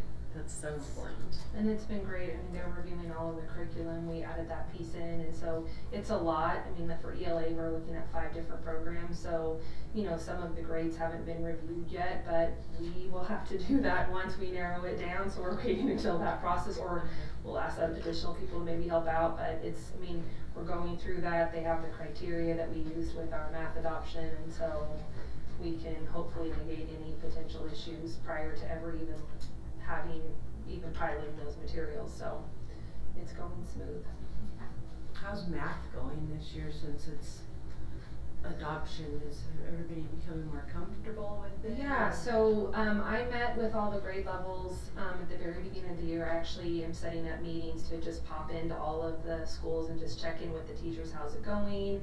Elementary, I'm building all their math assessments as we go, and there was a feature on iReady that allowed them to actually, like, here are the standards that we test that we say are the kind of essential standards, but we get to actually pick the test questions. So instead of it being a situation where here's 50 questions that this is what a comprehensive assessment looks like, they actually get to pick the quantity, which they've loved that feature. So I did that for first quarter and second quarter, so I just pulled several grade level teachers from each team, and just every building's represented, every grade level's represented, and the teachers are collaboratively building their own assessments. So we can ensure the rigor because they're attached to iReady, but then they get to pick, like, this is how we've taught it, this is what makes the most sense to kids, this is the depth of knowledge that you would do at first quarter, but it would be more advanced at fourth quarter. So I feel like we're having a lot of success there. But I will pop in, we're trying to have it where Lisa and I both can do it, but we have a lot on our schedule, so that's sometimes hard. That just to check in, how's it going, anything that you need. So far it's hard for sure. The rigor is, the kids are struggling a little bit. We knew that would happen. We anticipate that gap will be for a few years, just as we slowly start rolling it out, and it's gonna get faster. The teachers that have used it in the past, that used it pretty faithfully last year, they're feeling like they're having more success with it. There's a lot to offer, so the training with iReady for math has been great. Donna has been out here. She's our trainer for this area. I think she's been out here 3 times. She's coming back in February to do a training with just the administrators of, like, this is what a perfect math lesson would kind of look like. So when you do a walkthrough, you see these are the interactions you should see with students. This is what the discussion should look like. So anything we've asked, they've tailored all of the instruction based to what the building's needs are. She's come and done one-on-one with each building, so it's not just this big grand training, and she just goes to Spirit Lake and meets with each of their grade level teams and kind of tailors what they need. So I feel like it's been really good and really responsive to what the teachers need. Jason, would you add anything to that? No, it's a different way of teaching. I mean, and so it's just getting your feet wet and dabbling into it. And I really think that as the years go on, and as this year goes on, I mean, I'm just now at the point where I'm starting to feel comfortable, like, with the routine, you know, and then now that I'm comfortable with that, I can say, okay, I can go here and pick this out of the same program, because as Dr. Pasley was saying, there's so much stuff within the curriculum within any given week or lesson that it's hard to, you know, at first conceptualize, but as we go Which is through. a great problem to have. Yeah. I mean, when you look at where students are having ample testing materials, samples, questions, I mean, it's a great problem to have, but it is a lot. You can't do what they would say, all the things they give you even in a day. There's no way you do math for 4 hours to try to cover it, but the idea is that you have all of these, you know, tools to pull from. So we will, K-8 will do the math diagnostic in January. So we'll report that to you in February what those results are. So you'll get to see the fall compared to the winter data. So so I feel like it's going really well. Good. Do they, just one more question about the math, when the trainer comes out, like you said, they're coming now for admin, are those training sessions ever recorded? So if the board wanted to watch how the training was going, or if a teacher might want to peek in and see on their own time, you know, how is that training presented, like maybe they couldn't be there, or I was just curious if they We haven't asked that question, but we could. The individual building one, she's meeting, so when she went to Betty Key for kindergarten, she just met with the kindergarten team, and so it was not a formal training, it was what do you need, how can I help you, but she has come and done, you know, K5, K2 trainings, and so those are the ones that it's a formalized PD where we probably could ask her to. I actually think they have some of that PD available that they could just send you. There's webinars, there's demos that they kind of publicize already, but specific to us, we haven't asked them to do that because they've been really good if it doesn't work and you have teachers missing. Like, we're gonna do another training with our mentor proteges in February of just the brand new teachers that are first, you know, this year with math, and just she's gonna do a 2-hour training of just, you know, you're brand new, so not only are you learning a new curriculum, like this is your first time teaching, so we're gonna help you too. So, I mean, anything that anybody has asked her, they have been really responsive of like, I can make that for you, I can tailor it for you. She's done 2 trainings specific to assessments for administrators of what does iReady offer in the form of assessments, how would I use this, what do the reports look like, what do I do with this data. She wants to do a training in May with K-8 specifically specific to, okay, so you've given this assessment, now you have tier 2 and tier 3 kids who need additional help. What does small group look like, and what does iReady offer for you? So they do a pretty comprehensive training program for teachers, and it's not kind of a one and done. It's not even the first year. I think we go into training for the first 3 years, which That's is awesome. Yeah. Yeah, great. So, Okay. and she's very responsive to any, I mean, I get That was a email great within- investment. Mhm. Yes. Yeah, I mean, I know it's new to everybody and it's a new way and it's, right. you know, but I mean, I think that was just a great investment, especially if you're getting all of that for Yeah. a one-time cost, you know, I mean, separate Mhm. consumables, obviously, but. Right. Well, even the consumables, we paid We for everything include up that. front, so there's no more cost for us Yeah. for 6 years from now. The only That's so cost will be is if our awesome. numbers skyrocket.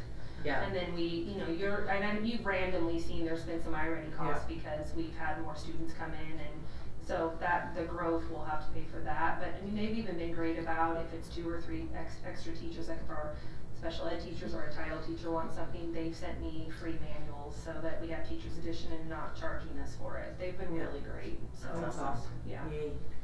So happy to hear that, thank you. Welcome. It's nice to be able to support the work the teachers are doing. Yes. Yeah, Yes. huge. Any other conversation on the science curriculum? Moving on to the updated draft of school club's application. So this isn't what it would look like, obviously, but I wanted you to see the questions, to see if I'm capturing what you're looking for in the application, and then we will put it in a fillable form. Okay.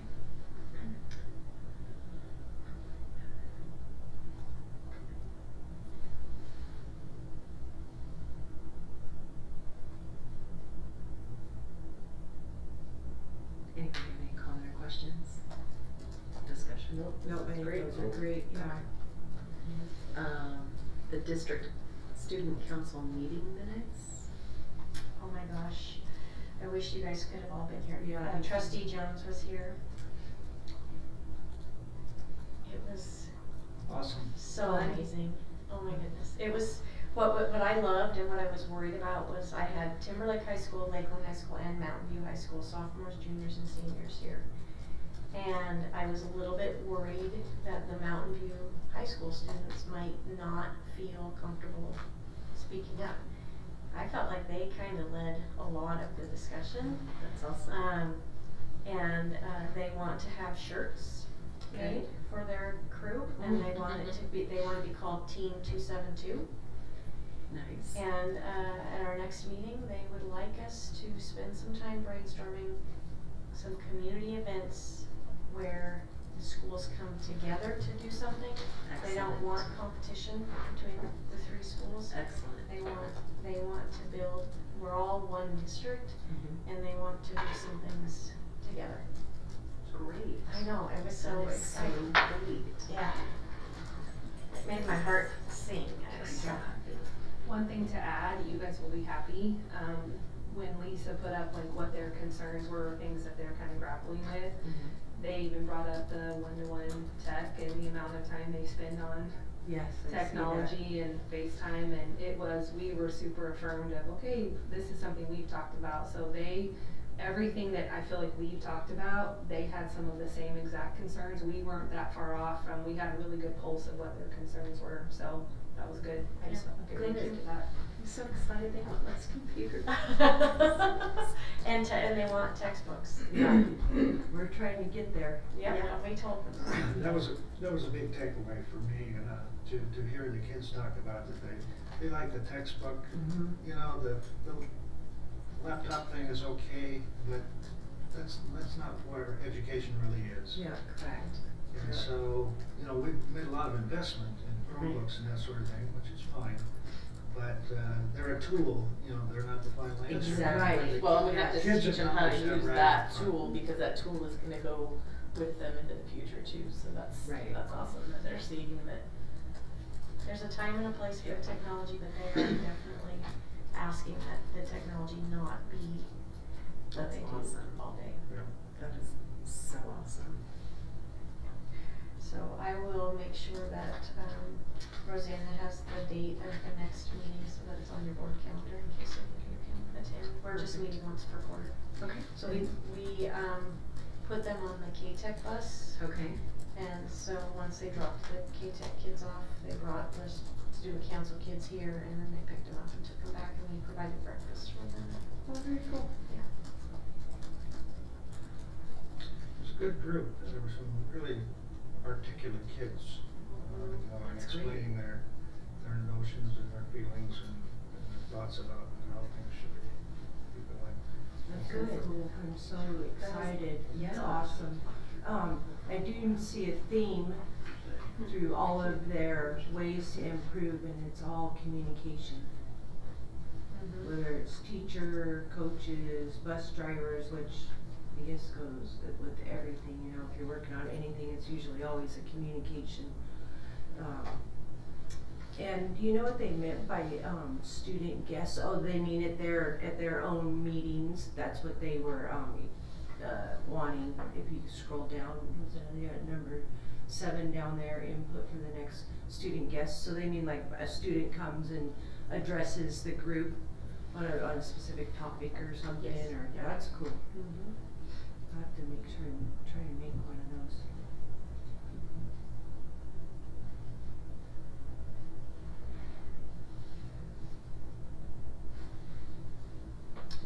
We talked about once this team decides what community event they want to kind of sponsor for the spring, that then we would, at one of our meetings, include the student leadership kids from the 3 high schools, so that this team can let the student leadership kiddos know what we're trying to accomplish, so that they can take the message back and help get their schools kind of rallied around it.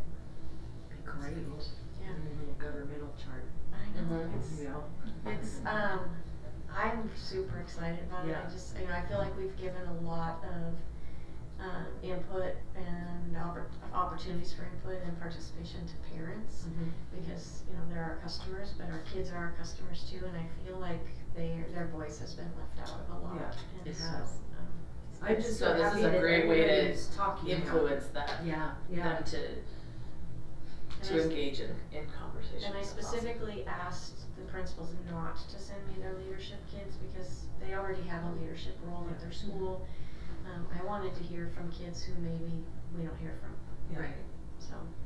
Yeah, that's so great. I'm That's so awesome. happy with all the, in the last year, all the communication that's happened with the community, with the students, with the, all the involvement, from everybody. It's almost like a live organism. It is. It's getting there. Getting people to work together. Yep. Give it some- Yeah, you're doing great. Any further discussion? Moving on to the winter break schedule. Yay. I don't know if anybody noticed, but apparently Coeur d'Alene is also looking at their Yeah. winter break schedule and has sent out a survey. It's my understanding that under the old superintendent, that this is when this break schedule got created. This wasn't something from our new superintendent. But we did send out a survey, and do you recall those results? Yeah, we were almost exactly evenly split. I think we had 51% wanted the later break and 49% preferred the more traditional break. And the tipping point really was trying to, aligning with Coeur d'Alene Post Falls was the reason we went with the later. If that hadn't been the case, we definitely, just the way that the calendar works, we cycle through to where the break is a little bit later in the year, just because of when Christmas and New Year's fall. But we actually jumped to the later schedule 2 years earlier than we have typically in the past. So, and that conversation even came about because Coeur d'Alene was pushing to go later, so we thought, well, we better at least ask the question. I would tell you, I have been talking, I had about 5 emails from parents who let me know that they were a little bit frustrated with the late break, and I don't know how many you guys heard from. But I did check in with several different groups of staff since we've come back, and it's interesting, I've talked to several people who actually voted for the earlier break when we did the survey, and they were apprehensive about it, and they said that they so loved it that they are hoping that we're not going to go backwards.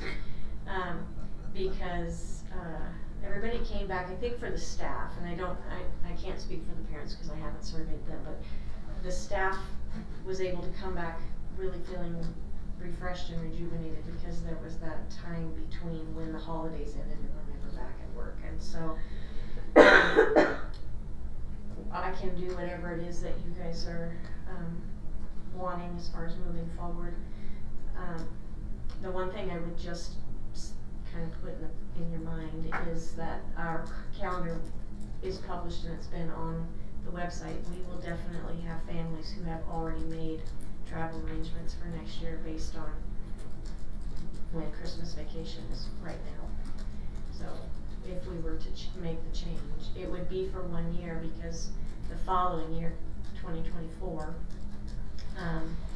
our last day of school would need to be December 20th because New Year's Day is going to fall on a Tuesday, and we've really worked hard in our district to eliminate the 3-day school weeks because our curriculum is based on a 5-day instructional week, and when we have 3-day weeks, we have high absentee rates.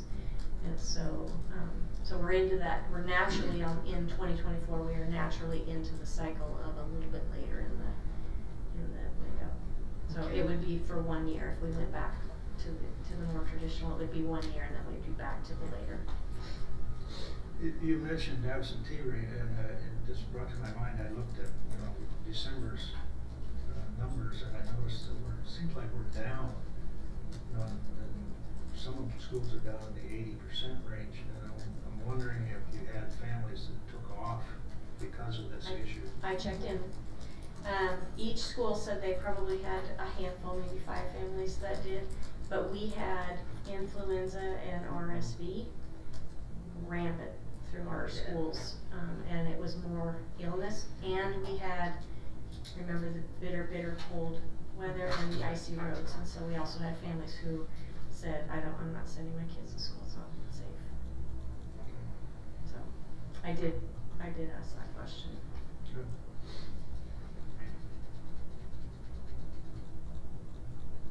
So is there something you want us to do about this? Trustee Wilson? I was just trying to find some of that old information. So 2 years ago, right, we did a 2-year calendar. And it was because that's what Coeur d'Alene and Post Falls were doing. And I do remember there were concerns then about it. I had concerns myself that we didn't hear enough from the parents, if at all. I don't even remember. We weren't presented anything from the parents. We were presented the calendar and the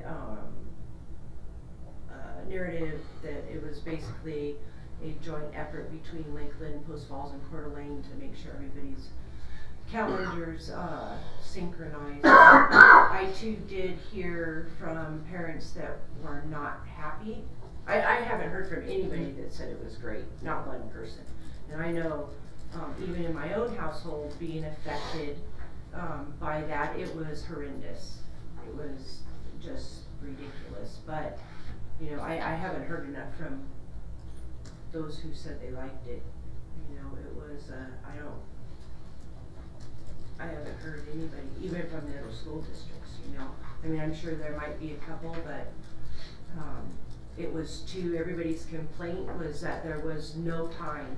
Like, school got out, boom, there's a holiday, okay, we're done. There was no travel time, there was no family time, you know, the traditional things that people do during the break, and that was people. And then of course, you know, whatever happened with the traveling this year was just an added nightmare and everything. Which they seem to be having a lot of problems lately. Yeah. So yeah, I haven't heard anything positive about that whole experience with the calendar. So we may have to go backwards. I don't know. But yeah, I think we need more input definitely. I would like. Yeah. Patron input, parent input. Yeah. So should I do a survey out to staff and parents Well, separately? I don't want a poem in a Coeur d'Alene press. There was a poem that got put in about the school district who stole Christmas break, so I don't want that. It was quite a catchy little poem, Yeah. so whoever did it, was great, but I don't want that about Lincoln. Yeah, cause I did ask for the results from the past survey that was sent out, the 51-49 split or whatnot, and we can't, obtain that because it was only old superintendents, under her control. So we don't have what the questions were, what anything was. So yeah, I do think there needs to be a survey that's gone out, potentially with, you know, opinions of, well, I don't know if opinions is the right word. I'd just like to know, you know, were they impacted by the Christmas break time schedule? Was it negative or positive? Do you want us to consider changing the Christmas break schedule for the upcoming year? And, Do we need all of those questions, or I could don't know. we just ask, which of these would you be in favor of? Christmas vacation starting on, last day of school, December 22nd, and returning back to school on January 8th, or whatever that date will be, or last day of school, December 15th, returning on Tuesday. is that the January survey they 2nd. received the last time where it was a 51-49 split? Okay. It was, yeah, we gave the dates and, that, Yeah, I think the real issue was going right up to Christmas Eve. Yeah. Next year, we're already trending to the 22nd, and so it's already, you're gonna have the 3 days before. and then the following year is a leap year, so Yeah. we go. I mean, I don't care we which go up way, to the 20th. you know, I'm fine with whatever the board decides, but I think that it seems like every 4 years, or every 5 years, we get to this point where, you know, Christmas is on a Sunday. Right. It's gonna self-correct. It because will Yes. self-correct, yeah. It's just we did this 2 years earlier than we have typically done. And we used to go like the Wednesday to Wednesday, but Right. we just found that so many people, one, we had absences, 2 teachers with our curriculum were, you know, so bad. Well, and in all honesty, the week leading up to the holiday break, there's not a lot of education that's going on Yeah. that I saw at the elementary No, level. you can't So, say you know, that. I'm just saying. Not me, goes to the grindstone, baby. Sorry. Sure. Everybody's getting into the mood. I heard you show Leading movies. up. I'll take it. That's what I heard. That's actually an argument in favor of Christmas. Jason Bradbury's. Christmas I know. vacation. Yeah. Right, the kids don't come, We'll be parents watching just. Christmas vacation together. But all I'm Okay. missing out on is the party times for stuff you don't. Well, do. but on the front, on the end coming back, if you go Wednesday to Wednesday, Yeah. you come back. Yeah, you'll have some who'll take advantage of that, without a doubt. But you had some You're that gonna took have advantage of some the that take situation this year, advantage so- regardless of what you choose. Yeah, Right. It That's is, yeah. exactly right. No Right. matter what you do, somebody will not be totally satisfied about it. So it's kind of compromise where you can have the least amount of objection, I guess. I just don't like how it was, well, this is what Coeur d'Alene is doing and this is what Post Falls is Right, doing, so this exactly. is what we need to do. Right. Yeah. That's how it No, was we really are, presented I to us. understand that it is best for those K-Tech kids, but we have a lot of other students that aren't K-Tech kids. Right, but we As also well. we have kids who go to school in Lakeland whose parents teach in Post Falls or Coeur And vice d'Alene, versa. and vice versa, so there's also that So- issue where, But that's why you'll never satisfy everybody. right, exactly. So do we not have the Survey Monkey subscription anymore that the district used to use for the We do, Oh, and you I do? can, I can find that survey. Okay, I don't know alright. if we did it, Survey Monkey. Yeah, you might not have, you may have used It might, I Google. think it might have been Google. Well, there were But I can surveys check done it, in Survey Google. Monkey. Yeah, that would be great because the I did question the prior superintendent on that, and the answer was that it was in SurveyMonkey and that SurveyMonkey did have a repository because I did have questions on that. So hopefully, maybe we can find that. Just out of curiosity, we'd do another one anyway, so. Are you okay with me just sending a note to parents, letting them know that we heard from several people and we're just interested to know, looking, the calendar's been adopted, the board is willing to relook at the Christmas vacation, and these are our two options, and which one would you prefer? It could, I think it could be as simple as that, cause that's really what we need to know, unless Right. there's more information that you're looking for. No.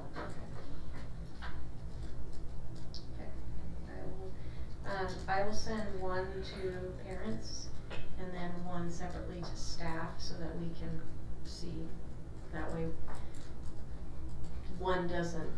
Two different constituencies. Exactly, and that way one doesn't mask the other. Yeah. Okay, perfect. And then we're stuck if they are forcing one another, Yeah. trying to figure out where to go. We can make That's that why you get decision. paid out, that's. At least if we have the information this time, be a little bit more confident about making that decision as opposed to not being given the information and whatnot. Any further discussion on winter break schedule? Okay. Let's move on to the winter drug testing results. A little concerned with LHS.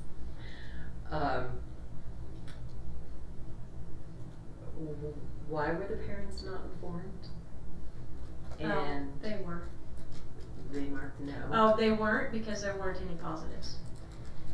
The Okay, parents they're all. supposed to be informed of that their kiddo was drug tested.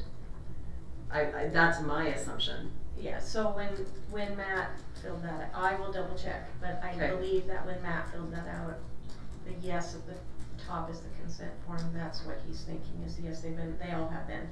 That there were no parents, Okay. informed because nobody had a positive test, so there wasn't a call to parents. Okay, so that's why Timberlake says yes, is because, okay. So we don't inform the parents, we only inform the parents if it's positive?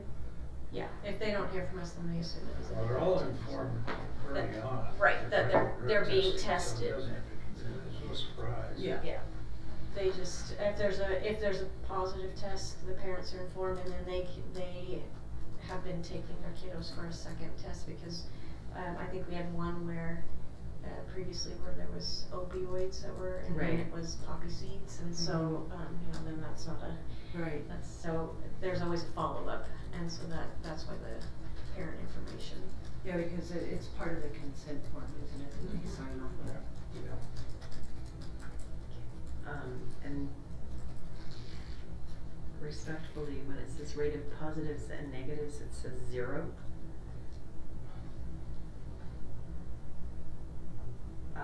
Well, he probably just put he was just probably looking at rate of positive, there were no positive tests. Okay. I didn't catch that, typically they. It's okay. Yeah. Well, and then the whole was substance found not applicable. Well, it is a question.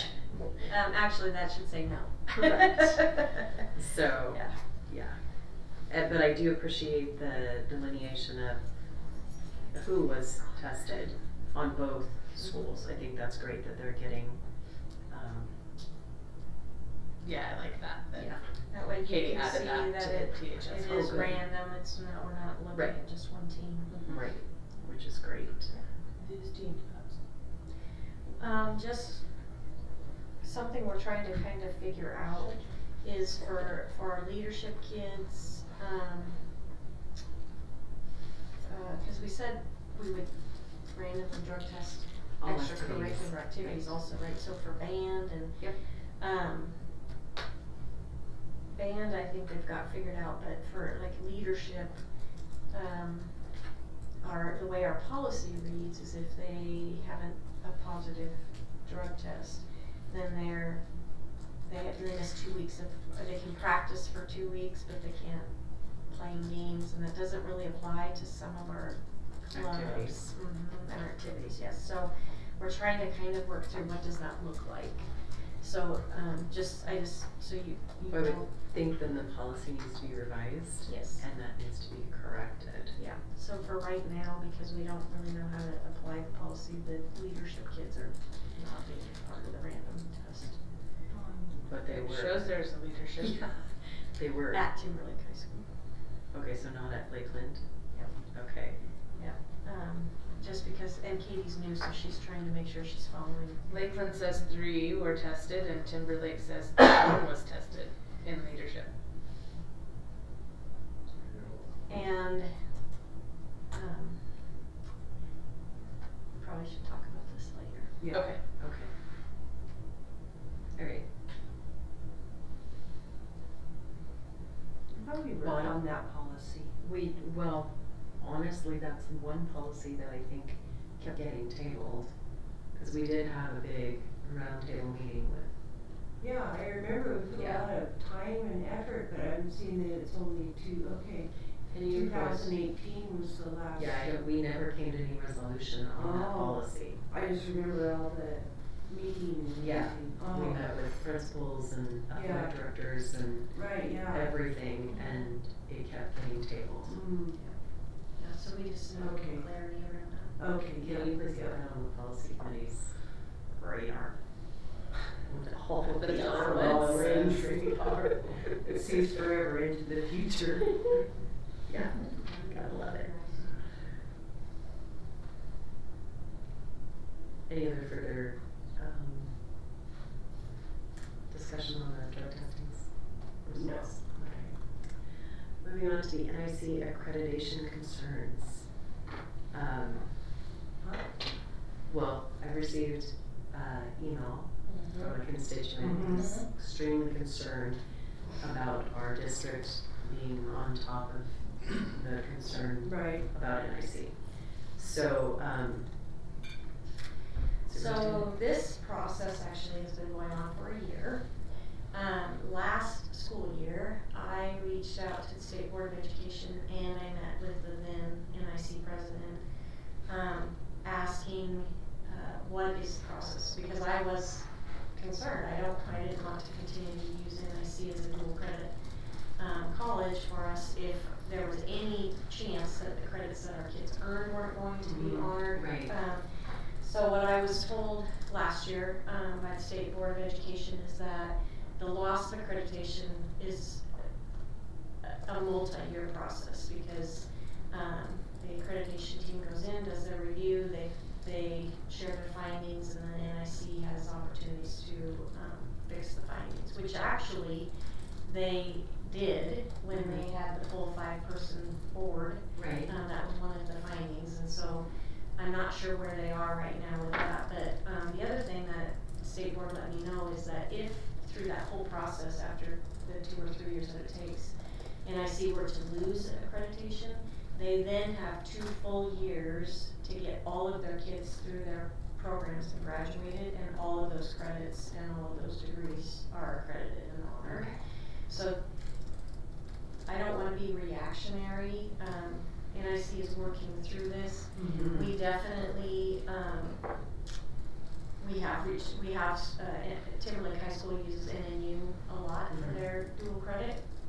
And NNU does not require, dual credit teachers to have a master's in the content area, NIC does. Okay. So it would be, it's very easy for us to move all of our dual credit classes that we're running through NIC to NNU. Okay. I did reach out to, the director at STEM Charter Academy, or charter school, and asked about the $6,000 thing that was, through UI that he mentioned in his letter. And he shared that, NIC and U of I, and it's not specific to STEM Charter, if we have kids who fully exhaust their 4125 from the state for advanced opportunities and are trying to get, it costs more than 4125 to get your associate's degree before you graduate. If you are from a family of low socioeconomic status, the colleges have scholarships Okay. for those kids. That's the $6,000. That's the $6,000 specific to kids that are transferring over because NIC loses accreditation. Correct. Okay. NIC So I thought has there- the same program. Yeah, okay. So, so I clarified for that, and then also, just so the board knows, because the way the letter read, it made it sound like they had cut, the STEM charter had cut all ties with NIC. Right. That's not true. Scott said that they still are running classes through NIC Okay. this year. So,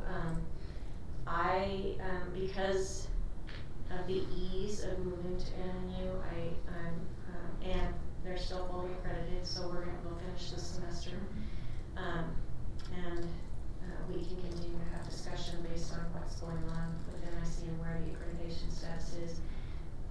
At the end of this school year, we could make a decision about what the board is most comfortable with, and this summer is plenty of time to make that move if that's what we choose to do. Okay. There are other colleges in the state who are willing to run the dual credit for us. The one thing I will tell you I like about NIC, NNU doesn't require the master's degree, and they allow us to use our district adopted textbooks and our district adopted pacing guides for their dual credit classes. Okay. Which doesn't necessarily feel like a college class to me. Where NIC requires us to use their texts and their, so there's some give and take there. We get to have full control over the textbooks now for this dual credit class that we're running if we run it through NNU, where NIC gets to choose the textbook for us. So that's something to consider. Okay. But when you're talking about college credit, I feel like NIC is probably more rigorous with regard to what they're expecting.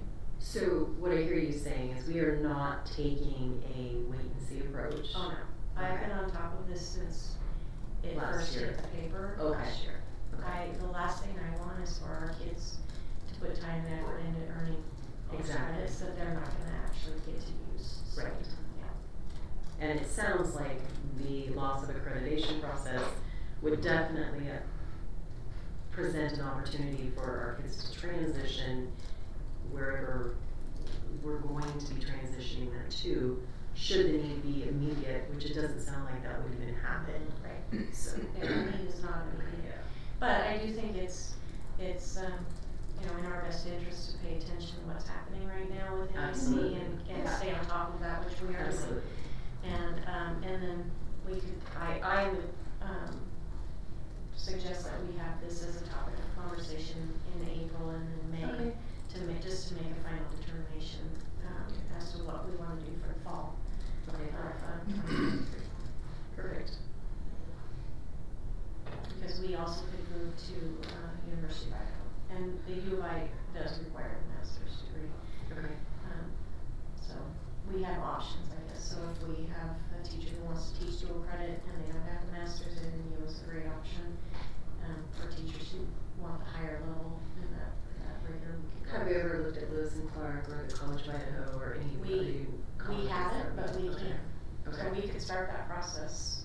I'm just curious if they offer anything and what they They do. offer. Okay. They absolutely do. Perfect. College of Southern Idaho, Yeah. CWI, College of Western, College of Western Idaho. That was one that Scott mentioned that I hadn't heard of before. I know there's a couple down Moved south. to begin that a few years ago, but I've never heard what transpired. Yeah, and then. Boise State. Right, Boise State, Okay. and then LCSU. Okay. We've typically tried, with the exception of NNU, and NNU is just so easy to work with, we do everything Right. through NNU, but, we've tried to kind of stay with some of our regional colleges. But we have kids who go from Lakeland and Timberlake down to Boise State, so. Right. Right. So we could start to pursue that. Okay. I can reach out to the different, I'll have that information when we start talking about this again in April. Just to, like, what are the requirements for us to run dual credit. Thank you. We already addressed the ideas to prepare for growth from the Long Range Planning Committee. Dan? Can I make a follow-up comment? No? Go for it. Too late. I moved Do on, it. Mom, I moved on. Let's be a clock. This coming from Mr. No, I appreciate the added information that the superintendent provided, but I do think it's important that our parents and our kids know and understand that we definitely are concerned about it. Yes. And we're concerned about the, how do you characterize the situation that NIC and what impact it may have. You know, there's a potential for an impact, even financially, you know, if they begin to charge more as a result of loss of revenue in other ways. You know, so that can impact our kids and our parents. So it's important that we really stay on top of it and that our folks understand that we're ready to do whatever we need to do. Yeah, definitely. Yeah, I think, and that could be, but I think NIC, if they were to start charging more, there would be no reason for anybody to continue to work with NIC because everybody else is charging $60 per credit. So they would just basically. Now, I think they're putting themselves in a box where, you know, they're gonna lose some enrollment just as a result of this chaotic situation. Because people are going to be afraid that. Yeah, I don't know how many people I've talked to who have said, you know, my nephew or my grandson is not gonna go to NIC until they get this thing straightened out. Yeah. My daughter's graduating this spring. I'm glad that she'll be done and off to ESU. So. Any other discussion? I'm moving on to Day on the Hill. It's February 20th and 21st. Who would like to go? If anybody. I'll be in sunny. North Idaho. Maybe down there. You'll already be down there? I think it's state weekend. Oh, so see, you could pop over and go. Just go there and see it. We haven't done it for 6 years, well, for 3 years. Well, I just like to state that we've asked to go, but we're told we were not allowed to go. I personally think that, when Lakeland gets to have a voice at a table with people who enact legislation that impact us, Yeah. that we should be taking advantage of that. Absolutely. If I were not already scheduled to go elsewhere, I would attend, but. You could put my name, I can make it work. I had a job. Actually, I could make that, knowing some other things I have, going on. I mean, it's only 2 days, so I'll probably put it And on further than that. the 20th is actually President's Day, Mm-hmm. so it's only 1 day from work if you're not working on President's Day. Unless you work for a company that doesn't observe President's Day. Right, it's alright. Okay. I'm not positive if I can go. I will have to check a couple of things. See if I can get them rescheduled. I will go.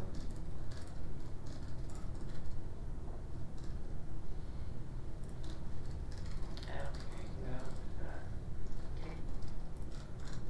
Might just be me or Yep.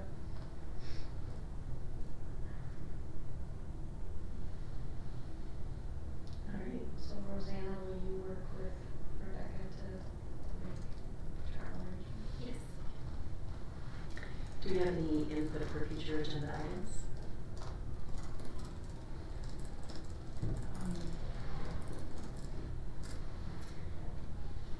Oh, there was a couple of things and I can't remember, I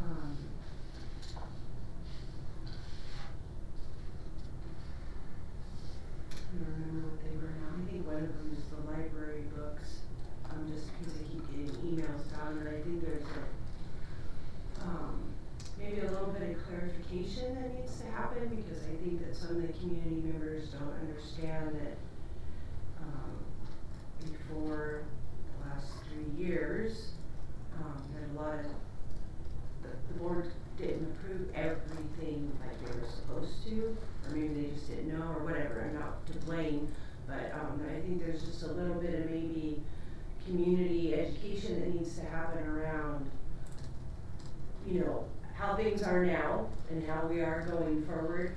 Because there is like getting emails, there's, I guess, quite a few books which you found yourself in the school libraries that are, in parents' estimation, and a couple that I looked at, I would agree with, are not suitable, but, I don't know, I don't have the sense that the community actually understands that that has been something on this board's radar for the last few years. They keep getting these emails like, we're approving these books, and we haven't, you know? And I don't know if that's just something we're gonna continue to get, but it seems to be a lot more lately.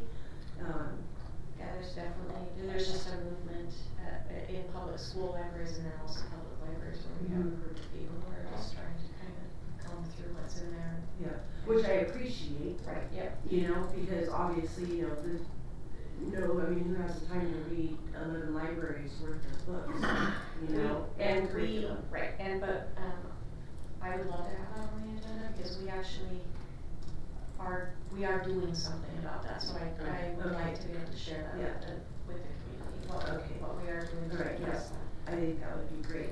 Thank you for bringing that up, Ramona, because it reminded me that that was something that I wanted to talk about too, of whether it's setting a policy or having some kind of guidelines of what we determine with input as appropriate and not appropriate, so that there's kind of a guide to what we are, you know, what is acceptable and what isn't. For that might help for our public libraries, for so that we're not really, so we're not making willy-nilly decisions. Okay. Yeah. And maybe we can even get, you know, another committee for libraries. Well, I mean, if these people are really dedicated, they've already done the work, I mean, I'm all for it. If they wanna do work and bring the recommendation to the board, I have no problem with that. Yeah. But I just want the community somehow, we can go over that, you know, to understand that, you know, we're aware, we get it, and we are doing something. yeah, Yes. and we've been Resting working on our hard. Yeah. through it, Yeah, sort of, you know, and plus, you know, coming through the whole COVID debacle and all that, and we have a lot of new people in the community, you know. And there seemed like there was one other thing, okay, it was like Roseanne, I remember talking about it, I don't remember what it was now. I'm sure I'll probably think about it. From the last meeting.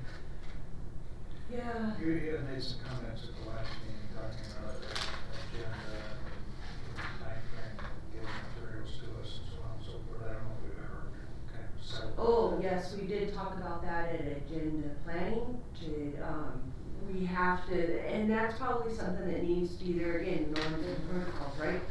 We have to have that definitive cutoff date because that's part of the problem is, you know, is the material getting to Rosanna that can get to the board? You know, I mean, the board can't wait until it's posted to the public to decide what's gonna be on the agenda or not, you know?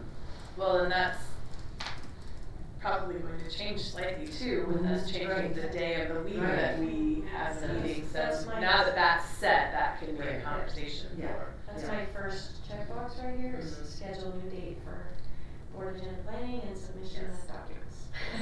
Yeah, and I guess what you could do for a protocol or a norm for that is you could just say so many days before the meeting, you know, working days, before the meeting for a submission, so that way in the future, if the date or day of the week is changed, it doesn't matter because there's this 3-day, 2-day, 5-day, whatever the day limit. Well, and it might change though, because depending on the week, or depending on the day that is chosen, that weekend is there that may cause issue. You know, if it's 2 or 3 days, it really kind of hits into the weekend if you're having it on a Tuesday or Wednesday. You know, you have to deal. Yeah, working days. Yeah, that's good. Good point. Right. Yeah, and that's what I was thinking more, trying to alleviate having to spend the majority of the weekend reading the agenda. So in thinking of that, if we did, we obviously already said we're gonna move to Monday. I mean, do do you want Thursday as a cutoff date, so I guess a Thursday, Friday, and then if you wanna bruise a little bit on the weekend, or, so that would be 2 working days. Yep, or the Wednesday prior would be 3. Given the Monday being the day, I would be perfectly comfortable with 2 days, 2 working days prior. Okay. And that actually gives us 4 days. Yeah, okay. That issue. Alright. So if we did a Wednesday, Wednesday, it has to be in Wednesday at 5. absolutely. Perfect, okay, I was just gonna ask that question, if we say Thursday and the posting day is 4, or time is 4, then it's really only 1 day they have, so, perfect, okay. Oh, because we have a Monday meeting, it has to be posted by Friday. Wednesday, Thursday, so it would have to be a Wednesday. Yep, okay. Okay. So it would actually end up being 3 business days before, well, 2 days before the posting. Yeah. Yep, 2 days before the Two posting. days before the posting. Okay, Yeah. and then that way, no matter what day of the week, hopefully, you know, if it changes, so if we did 2 days before the posting, that would be good. Okay. And that gives you 2 full working Yeah. days to Yeah. be able to. So did you get all that, Rosanna? Mm-hmm. Okay, perfect. If not, we're recording. It's recorded, so she can go back and listen to it as many times as she needs. I will entertain a motion to enter into executive session pursuant to Idaho Code 742061B and D. I would move that we enter into executive session for Idaho Code 742061B and D. Second. Having a motion and a second, I need a roll call vote. Chair Thompson. Yes. Vice Chair Grissom. Yes. Trustee Jones. Yes. Trustee Bain. Yes. Trustee Quimby. Yes. We are in executive session. I just want you to know I just won. Yay. You won? I won. Oh, I'm so glad. We did a little pool today. What Oh. time do you think the regular session's going to end? And I said 9:30. They were much later than that. Really? Oh. No confidence. Okay, so we've come out of executive session. There's no action that needs to be taken. So we'll go ahead and adjourn the meeting. It is 9:43. Good job, team. Yes. Good job. Good job.